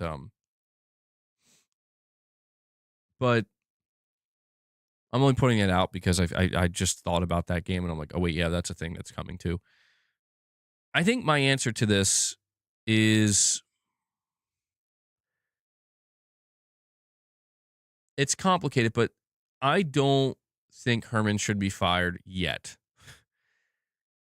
And I have to emphasize yet only because I am not convinced, okay, that Herman is the root of the problem. And that's ultimately why I wanted to go over this with you guys. I wanted to have this conversation to really evaluate, has Herman destroyed PlayStation Studios? If you look at it from a bird's eye view, you begin to realize that, well, actually, he kind of did a lot of good things. But he also did a lot of bad things. For every good, there was a bad, and for every bad, there was a good, seemingly. It's more split than you would think. And I felt this was necessary to do because I understand when people are blinded by their emotion. I get it. I am too. You get upset, you get angry, you get frustrated. Maybe some of the games, single player wise, that Sony has coming, you're not interested in. It starts to really make you feel like, man, this guy ain't good for nothing. He's only done bad things. But I think for a lot of people, what they ended up actually enjoying this generation, he was partially responsible for. But the real root of the problem, I believe, is not Herman. I believe it is Sony corporate. And that's not me, taking any of the blame off of Herman. But, well, I guess it is. But what I mean to say is it's not me absolving Herman of his sins. No, it's just that here's the question that really, once you answer this question, you realize Herman's not as big of a problem as you thought. If Sony were to fire Hermen Hulst and replace him, do you think the live service games will stop? Do you think there will be some kind of philosophical fundamental change where somebody else is going to come in and say, we're not doing this anymore? In fact, it's more likely that whoever would replace Herman has a higher chance of getting even more aggressive with it, depending on, on who they replace him with. But I'm saying this because as much as everybody wants to blame Herman specifically for the live service, but there's a separation here that I want to highlight. Herman's not the one who made the decision that we need all these live service games. Herman was the one who was appointed to, again, execute on that mandate. There is something that does lie squarely on Herman, though. And it's why, if he was replaced, I don't know that I would feel too bad at all. In fact, I might even feel like, okay, maybe this is good. This is better this way. And the main reason for that is because when we look at the live service games, in my opinion, that's where the problem lies. When I look at Herman's taste, here's what he's greenlit for single player, here's what he's greenlit for live service, I notice something. You know what I notice? He seems to be very attuned, mostly, to what we want single player wise. He seems to have not a fucking clue what he's doing when it comes to live service. Maybe outside of Helldivers 2, but even then, I want to remind people, Herman didn't think Helldivers 2 was the big game. He did what was necessary, give him a bigger budget, support them. But I don't know if you guys remember, I have the footage. Let me see if I can play it. I'm going to see if I can bring it up, because I do have the video saved. See if I can find it.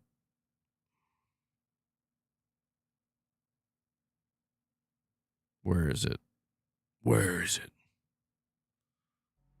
Hi everyone, I'm Hermen Hulst, head of PlayStation Whoa, Studios. whoa. I'm honored to present the first State of Play of 2024. The first 3 years of PS5 have given us incredible stories. Herman Hulst jump scare. From PlayStation Studios and I have to... partners. We've also expanded PlayStation Plus with new features. Okay, I can't hear what he's saying.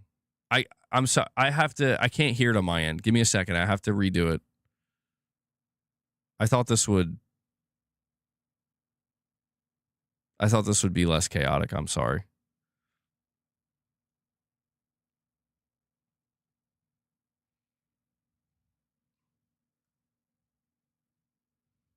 We hope you find as exciting as we do here at PlayStation.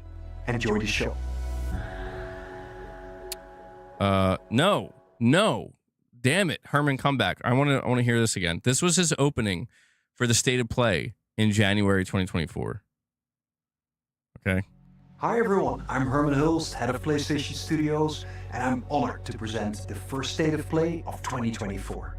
The first 3 years of PS5 have given us incredible stories, immersive worlds, and groundbreaking gameplay from PlayStation Studios and our partners.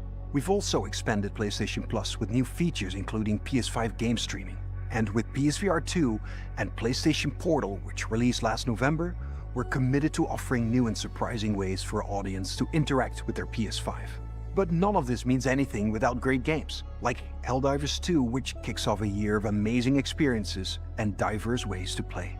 Today, we're looking ahead to titles coming later this year and beyond, with extended gameplay and announcements we hope you find as exciting as we do here at PlayStation. Enjoy the show. Hi everyone, I'm Hermen Hulst, head of PlayStation Studios, and I'm honored to... Sorry, I was muted. All right, sorry. That was all over the place. I guess what I was just trying to highlight to you guys is that, like, you can see how back during that State of Play, Helldivers 2 was not treated like a big deal. They're like, yeah, we're going to start the year with Helldivers 2, and then we got a bunch of other stuff. But, like, do you get what I'm saying? Like, that was right before Helldivers came out. And they were just like, yeah, it's coming. And we hope it's we hope you enjoy it. We don't really, you definitely got the vibe. You know? It was the second game on the 2023 showcase. Yeah, and so I'm just trying to say that, like, yeah, Exactly. They did not expect it to be a 20 million seller. They didn't expect it to be their most successful live service. What's interesting is Hermen Hulst in that video, make no mistake, he's like, yeah, cool, Helldivers is nice, but he's sitting there being like, wait till they fucking see Concord, bro. Oh my God. Wait, they don't even know what we got, bro. Wait until they see Concord.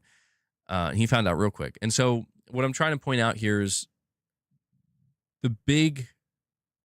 All right, I'm going to end this by giving you one very big reason why Herman should be fired, one very big reason why he shouldn't. One very big reason Herman shouldn't be fired is because he seemingly does know from a single player perspective what to deliver most of the time for PlayStation.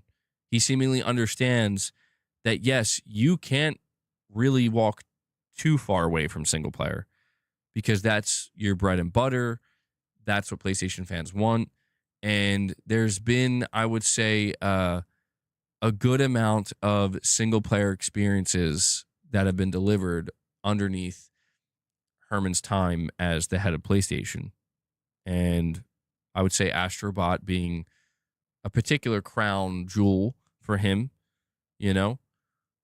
That's one really, and he knows how to maintain relationships with people like Kojima, convincing him to make something like Fizzant for the PlayStation 6. Stuff like that is significant, you know? That's not something that just anybody can do. A really good reason why Herman should be fired is because we know that Sony is never going to stop pursuing live service games. And it seems clear, unfortunately, that Herman doesn't know what type of live service games the PlayStation fan base would actually be receptive to. It's not games like Horizon Hunter's Gathering. It's not games like Concord. It's not games like Fair Games. He got lucky with Helldivers 2. That's obvious. And Marathon, no one knows what Marathon's going to be like. So if it's true that Sony is never going to stop making live service games, then, you know, there is an argument to be made that somebody could take Herman's place and greenlight live service games that would actually get the PlayStation fan base more excited. That the core PlayStation fan base, as well as people outside of it, may end up gravitating towards, but you want to start with your core fan base that's actually going to be there day one to support it. What do you say with Herman at the helm? Sony won't succeed with live service. Actually, yeah. Herman's not responsible for MLB. Herman's not responsible for Gran Turismo. And Herman was only partially responsible for Helldivers 2. So, you know, the live service games that are successful, you know, so far, Herman hasn't really had his... Herman had his wins with single player, I would say. But with live service, he hasn't had his win yet. And what's interesting is that there are multiple studios that PlayStation has right now that are working on live service games that have not been revealed yet. Team LFG, Herman handpicked. Dark Outlaw Games, Herman handpicked. Fair Games is still not canceled. That's still a handpicked one from Herman. And if I were to ask you guys, like, what type of faith do you have in these projects? Truly. I'm pretty sure most of you would say very little. You know, you won't jump to conclusions without seeing it, but probably not, you know, it's like doubtful, right? Not going to put much stock into it. That right there, if anything gets Herman fired, that's what's going to get Herman fired. There's Marvel Tokon, and that's true. That's true. I keep forgetting about that game. That's a big one. That could be his win, right? That could be Herman's true live service win, where like that was a game that was greenlit by him, and if that game's a big success, but we'll see. We don't know yet. We don't know how big it is going to be. We don't know if that's going to be like a recurring game for Sony, where it's like, yeah, this is generating a lot of revenue over time. So if Herman ever does get fired, I don't think it's going to be because of anything he's doing with single player. I think he's kind of doing a good job with single player. You know, could be a little bit better here and there, but generally speaking, he's mostly doing a good job.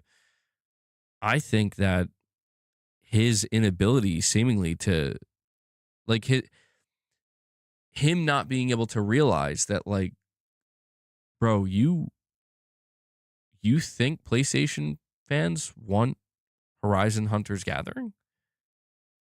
Like, don't get me wrong. I'm not trying to be hyperbolic here, but it's like you think there's a large group of PlayStation Horizon players that want that game.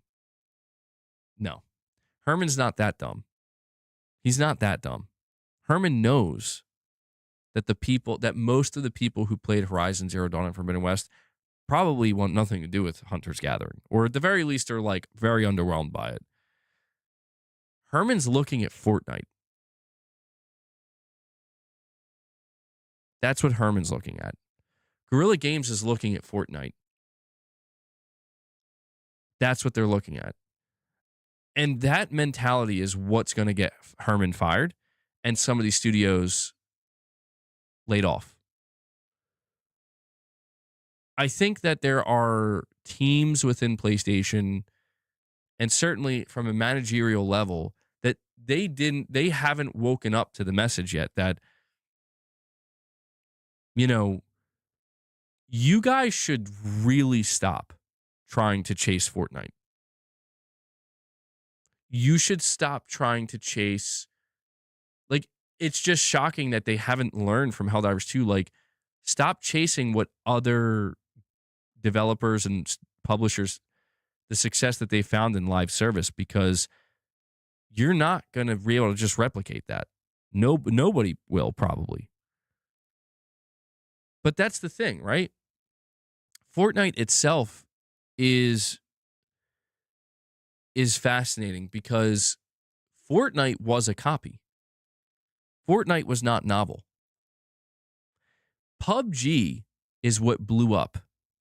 And I mean blew up. PUBG was the battle royale game that came out and revolutionized. Like, holy shit, dude, there's nothing like this out here. Fortnite was actually a tower defense game. And when they saw the success of PUBG, they were like, let's just do our own version of it, but make it more like kid-friendly. And that was the genius of Fortnite. Epic Games understood that PUBG is revolutionary. And if you're going to try to chase it and replicate it, you need to have an actual spin on it that makes sense, that separates it. And that spin was honestly the biggest win they could have gotten, which is make it kid-friendly. Make it, we have cartoon-like graphics. Make it accessible to everybody. And that was the golden ticket.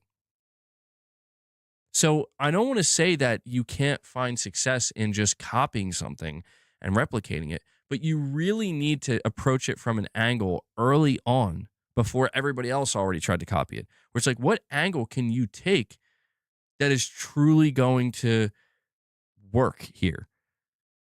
The reason why Horizon Hunter's Gathering isn't going to work is because it's like, I think where Guerrilla Games is misguided is they think like, well, yeah, we may kind of look a little bit like Fortnite and Genshin Impact and have that kind of cartoon style. And maybe, people will be turned off by that because it feels like, oh, this again. But wait till they see our unique machine combat gameplay. And I'm like, yeah, like that is a strong point of the Horizon series. And I can almost understand why they would think that's what'll make it stand out. Like that's the angle.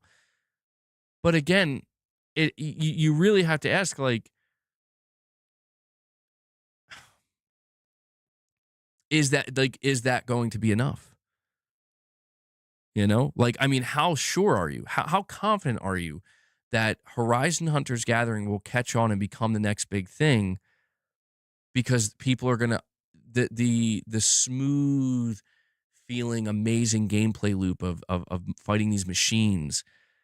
That's what's gonna win people over. And it's like, I don't know, man. Like, are you guys gonna sell this game for $40? It's like these questions need to be asked. And I just feel like there's something very important missing where they're like, I just think they believe too hard. You know, they I think they've, you know, they I don't want to say it's, I mean, I guess maybe it is. It's a form of toxic positivity where it's like, guys, you got to know, like, Pokemon is the greatest example of a successful copy of a basic idea. I mean, well, I mean, I have more hope in Marathon than I do Horizon Hunters Gathering, which is crazy because I feel like it's a Horizon multiplayer game. And yet, Marathon, to me, I think Marathon is a better chance. Marathon may actually. See, the only thing with Marathon that I'm unsure of is I do think Bungie is kind of doing what I'm talking about here, where, like, the extraction shooter genre is very popular on PC thanks to games like Escape from Tarkov. Never really had a big role on console, you know? But then Arc Raiders comes out, and I think Arc Raiders beat Marathon to the punch, where it's like, oh no, there's a massive audience across all platforms for this. And basically, Arc Raiders did what I think Bungie was trying to do. And so now I don't think the question is whether, because I do think Bungie could have been successful with Marathon if I'm being realistic about it, in that, yeah, like, the extraction shooter genre hasn't fully blown up yet. It hasn't reached its full potential. This game could be the one to do it, but then Arc Raiders was like, no, we're going to do it first. So now the question is there enough left? Is there enough juice left in the squeeze for Marathon to hold their own? Yeah, that's true, the Dark Zone for the Division, but that was always like an extra, a bonus, not the meat and potatoes of what the Division was. Right? In my opinion, Arc is dead on console now. Is that true? Well, yeah, I don't know. Who knows? Maybe Marathon will hit at just the right time. So Bungie knew exactly what they were doing by making an extraction shooter. I mean, truthfully, yeah, I do. I never felt like Bungie was insane for making an extraction shooter. I just always felt like, to me, the craziest thing about Bungie doing Marathon is like, so are you guys doing Destiny 3? And they're like, no, that's not even a thing right now. I'm like, really? Really? Like, you don't even have an early concept of Destiny 3? They're like, no. I'm like, that's crazy. You're putting everything on Marathon. That's crazy. To be fair, I think they were also putting everything on the idea of Destiny 2 lasting longer than it did. But yeah, and we'll see how the server slam does. But ultimately here, we're talking about these live service games because I just think, I want you to imagine how different things would be right now if instead of Horizon Hunters Gathering, Guerrilla was like, we made a SOCOM game.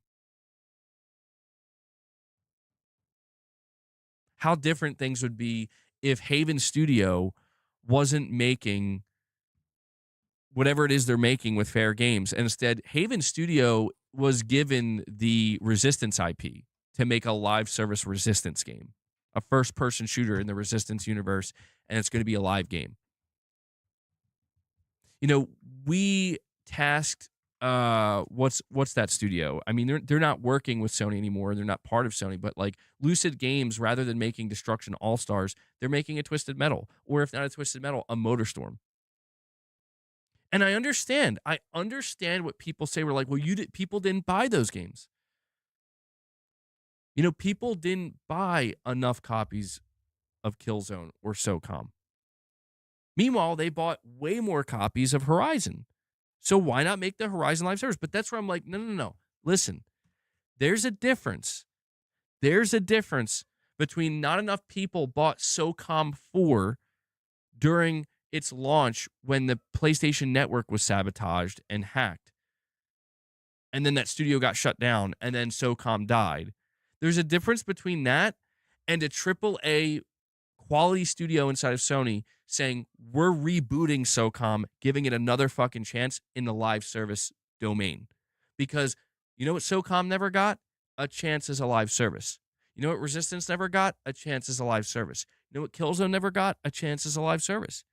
Warhawk, Starhawk, Motorstorm, other IPs, Even something like I mean that game Mag, which is a little bit out there, but I'm just saying, like, Sony has decided, Herman has decided, we are ignoring and neglecting every one of these franchises in favor of either something brand new, which doesn't always have to be bad, but is concerning when that brand new thing is fair games. Like, that's the new thing you want to make that you think is better than a SOCOM? Like, what crack rock are you smoking? You know? And that's the thing. They're not smoking a crack rock. They're looking at, well, look at the games that are success. I'm like, look at Rainbow Six Siege, my friend.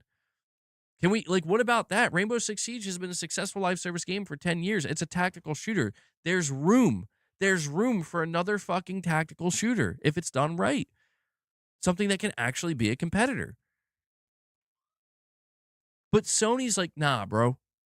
Nah. We ain't doing that. And I that's where I think a lot of PlayStation fans get very upset, where it's like Sony thought a God of War live service should get greenlit before a fucking SOCOM game. And then the question might be asked, well, it's like, well, what if none of the developers want to work on SOCOM? And I'm like, well, that's where somebody at Sony has to step up and be like, somebody needs to work on SOCOM, damn it. Somebody needs to work on Resistance. Somebody, anybody. Come on, guys. You know? But instead, they're like, nah, man, like, we want to work on fucking Project Gummy Bears or whatever. Like, I don't know, maybe, I don't know what that game will be, but I just think that Sony's being too stubborn for their own good here, man. That's what I think. Like, I think Sony had W's in the pipeline too. Like, dude, and I know I sound like a fucking broken record, and I know people are tired of it, but it just has to be stated where it's like, Knack 3 live service. No, I'm just kidding. Not that. Maybe that. Why couldn't Naughty Dog and Sony come together and, like, we should try to do something with The Last of Us multiplayer? If Naughty Dog can't run it, find a studio that can. And Naughty Dog will just guide them. You know? Like, this is what frustrates me to no end, where it's like, instead they're like, we're just going to do nothing. Nothing, man. We're doing nothing with this. Because we want to stick with Horizon. Like, but you know what? Fair games, we're doing something with that. And I'm just like, God, like, Sony, I feel like you are disintegrating your own W's in real time. Where it's like, everybody would understand, every single person would understand when Naughty Dog says, we don't want to become a live service studio. Everybody understands that. What people don't understand is why you would spend 4.5 years making a live service Last of Us game to then literally throw it in the garbage and do nothing with at all. When that is one of the only live service games that PlayStation fans, PS fans were hyped for. That's why I'm like, what the fuck are we doing here, bro? Live service Echo the Dolphin. That's crazy. Maybe it'd be good, though. February. Oh, okay. Here we go. February 24th, 2026. MP First reports Sony patent hints at PSSR 2.0 upgrade for the PS5 Pro to reduce FPS drops and resolution cuts. Oh, guys, I think, is it possible? We're looking at it. It's around the corner. They're going to announce PSSR 2.0. Perfect Image. I'll go check that out, man. There's one last thing I want to do, though. Perfect Image, hang tight. I want to... I got a super chat from... I forget his name earlier, but he wanted me to go over this list with you guys real quick to just point out to you that Sony shutting down studios is nothing new. Sony acquiring studios and shutting them down is nothing new. So there were 15 studios active at the start of the PlayStation 3 generation. In 2006, Sony had 15 studios. I'm not going to count it out. There's no reason to count it. They had Bend Studio, Guerrilla Games, Japan Studio, London Studio, Naughty Dog, Polyphony Digital, San Diego, Santa Monica, Studio Liverpool, Incognito Entertainment, Zipper Interactive, Cambridge Studio. They had one singular live service studio in 2006, just called Sony Online Entertainment, which actually, goddamn, that's so crazy to think. I forgot about that, bro. You're right. Sony had like this sector of their family of studios, and it was just called SOE. And that's what they would specialize in, is like trying to make these like ongoing multiplayer games. I totally forgot about that. So Sony was there. Sony was there doing something. The support studios in 2006 were San Mateo Studio and XDev. There were 4 studios that were acquired / created during the PS3 era. Evolution Studio, 2007. Big Studio, 2007. Media Molecule, 2010. And Sucker Punch in 2011. 4 studios in total closed during the PS3 era. Incognito in 2009. Zipper Interactive, last studio to make SOCOM, in 2012. Studio Liverpool in 2012. And Big Studios in 2012. Now we move on to the PS4 generation. 15 studios that were active at the start in 2013. Bend, Evolution, Guerrilla Games, Japan Studio, London, Media Molecule, Polyphony Digital, San Diego, Santa Monica, Sucker Punch, and Cambridge. Sony Online Entertainment still existed. Support studios, San Mateo, XDev. 3 studios created / acquired during the PS4 gen. Pixel Opus, Manchester Studio, and Insomniac. 4 studios closed during that generation. Evolution Studios in 2016. Guerrilla Cambridge in 2017. Manchester Studio in 2020. And all of Sony Online Entertainment, which was sold off in 2015.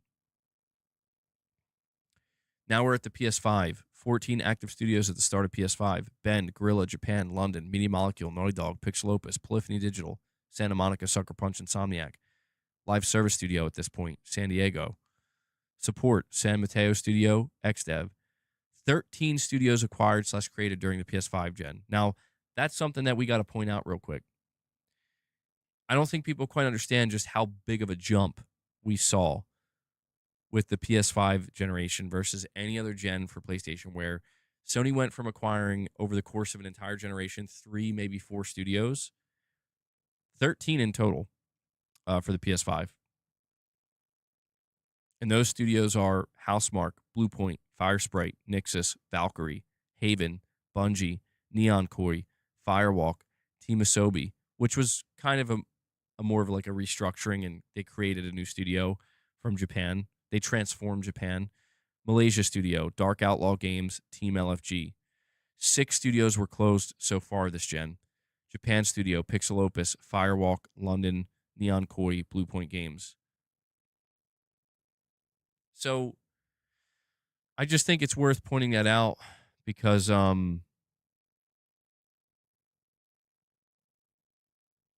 it just kind of goes to show that Sony's operating at a different scale, for better or for worse, with studios and the way that they're handling them this generation. Sony is handling them on a level that we've just never seen before. So, yeah, man, I mean, I don't know. Hopefully it doesn't get any worse, you know?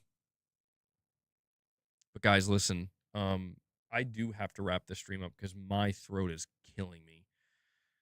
I wanted to, you like the Dark Souls hoodie? I want it to go longer on the stream, but I don't know what's going on. Like, this is the 4th time I'm sick this month. I don't know if I'm just like relapsing and getting like, it's the same sickness and it just isn't fully going away. I don't know if my kids are still just bringing new stuff home. I'm not sure, bro, but I woke up feeling sick. I woke up with my throat sore. It's absolutely killing me right now. and I feel like I'm slowly starting to lose my voice. So, unfortunately, I am going to have to call it here. And I apologize. I'm not going to be able to do reps. I'm starting to feel like complete shit, is what I'm saying. Which I'm actually very upset about because it's like, dude, I've been sick so many times this month. Why? It's all this talk about Hermen Hulst that's making me sick. Hopefully it's just like a 24, 48 hour thing and I feel better. I mean, I'm hoping I feel better by tonight or tomorrow morning, but yeah, man, I can't lose my voice because if I lose my voice, I won't be able to stream at all. So you've been sick since January 9th. Fuck, man. Yeah, what's up with that? What's up with the recurring sickness? Very annoying. But guys, yeah, that's gonna do it for today's stream. Yeah, I'm gonna have to take it easy with my talking today after the stream. I don't know if you can hear it. It's like I'm really starting to. So I'm gonna do my outro quietly before I head out. I want to thank you guys once again for hanging out with me, for tuning in. I want to give a very special thank you to ShadowLink. This man has, I think, between yesterday and today, dropped 200 membership gifts for the community. And goddamn, dude, I mean, that's absolutely insane. So, ShadowLink, thank you so much, buddy. That's again, I don't even know what to say about that. But thank you to everybody else who dropped any more member gifts, or if you became a member or renew your membership, thank you. If you dropped any super chats, direct donations, those things are just as important and allow me to do what I do here. So sincerely, thank you all for your support. And just thank you if you tuned in and watched any of the stream today or watched any of the content.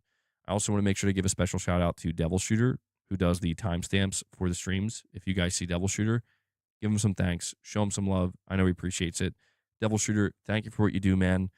And the only other request I have for you guys is before I head out, make sure you take a moment, hit that like button.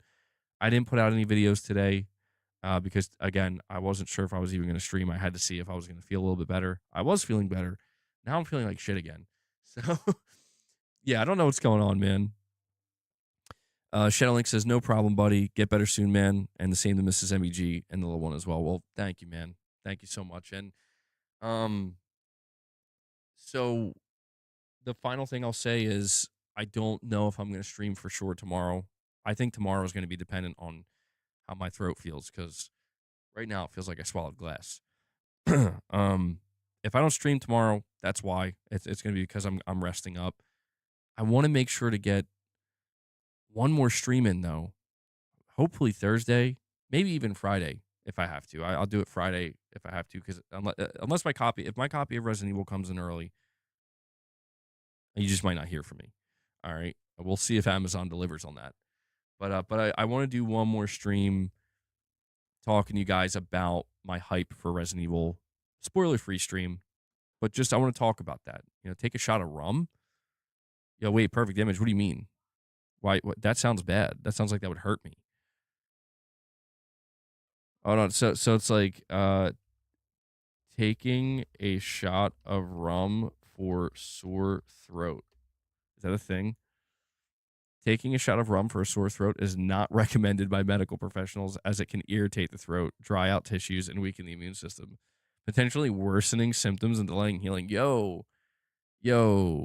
perfect image. Chill, bro. Chill. Unless you're just telling me to get drunk. Maybe that's what he's saying. Just get drunk.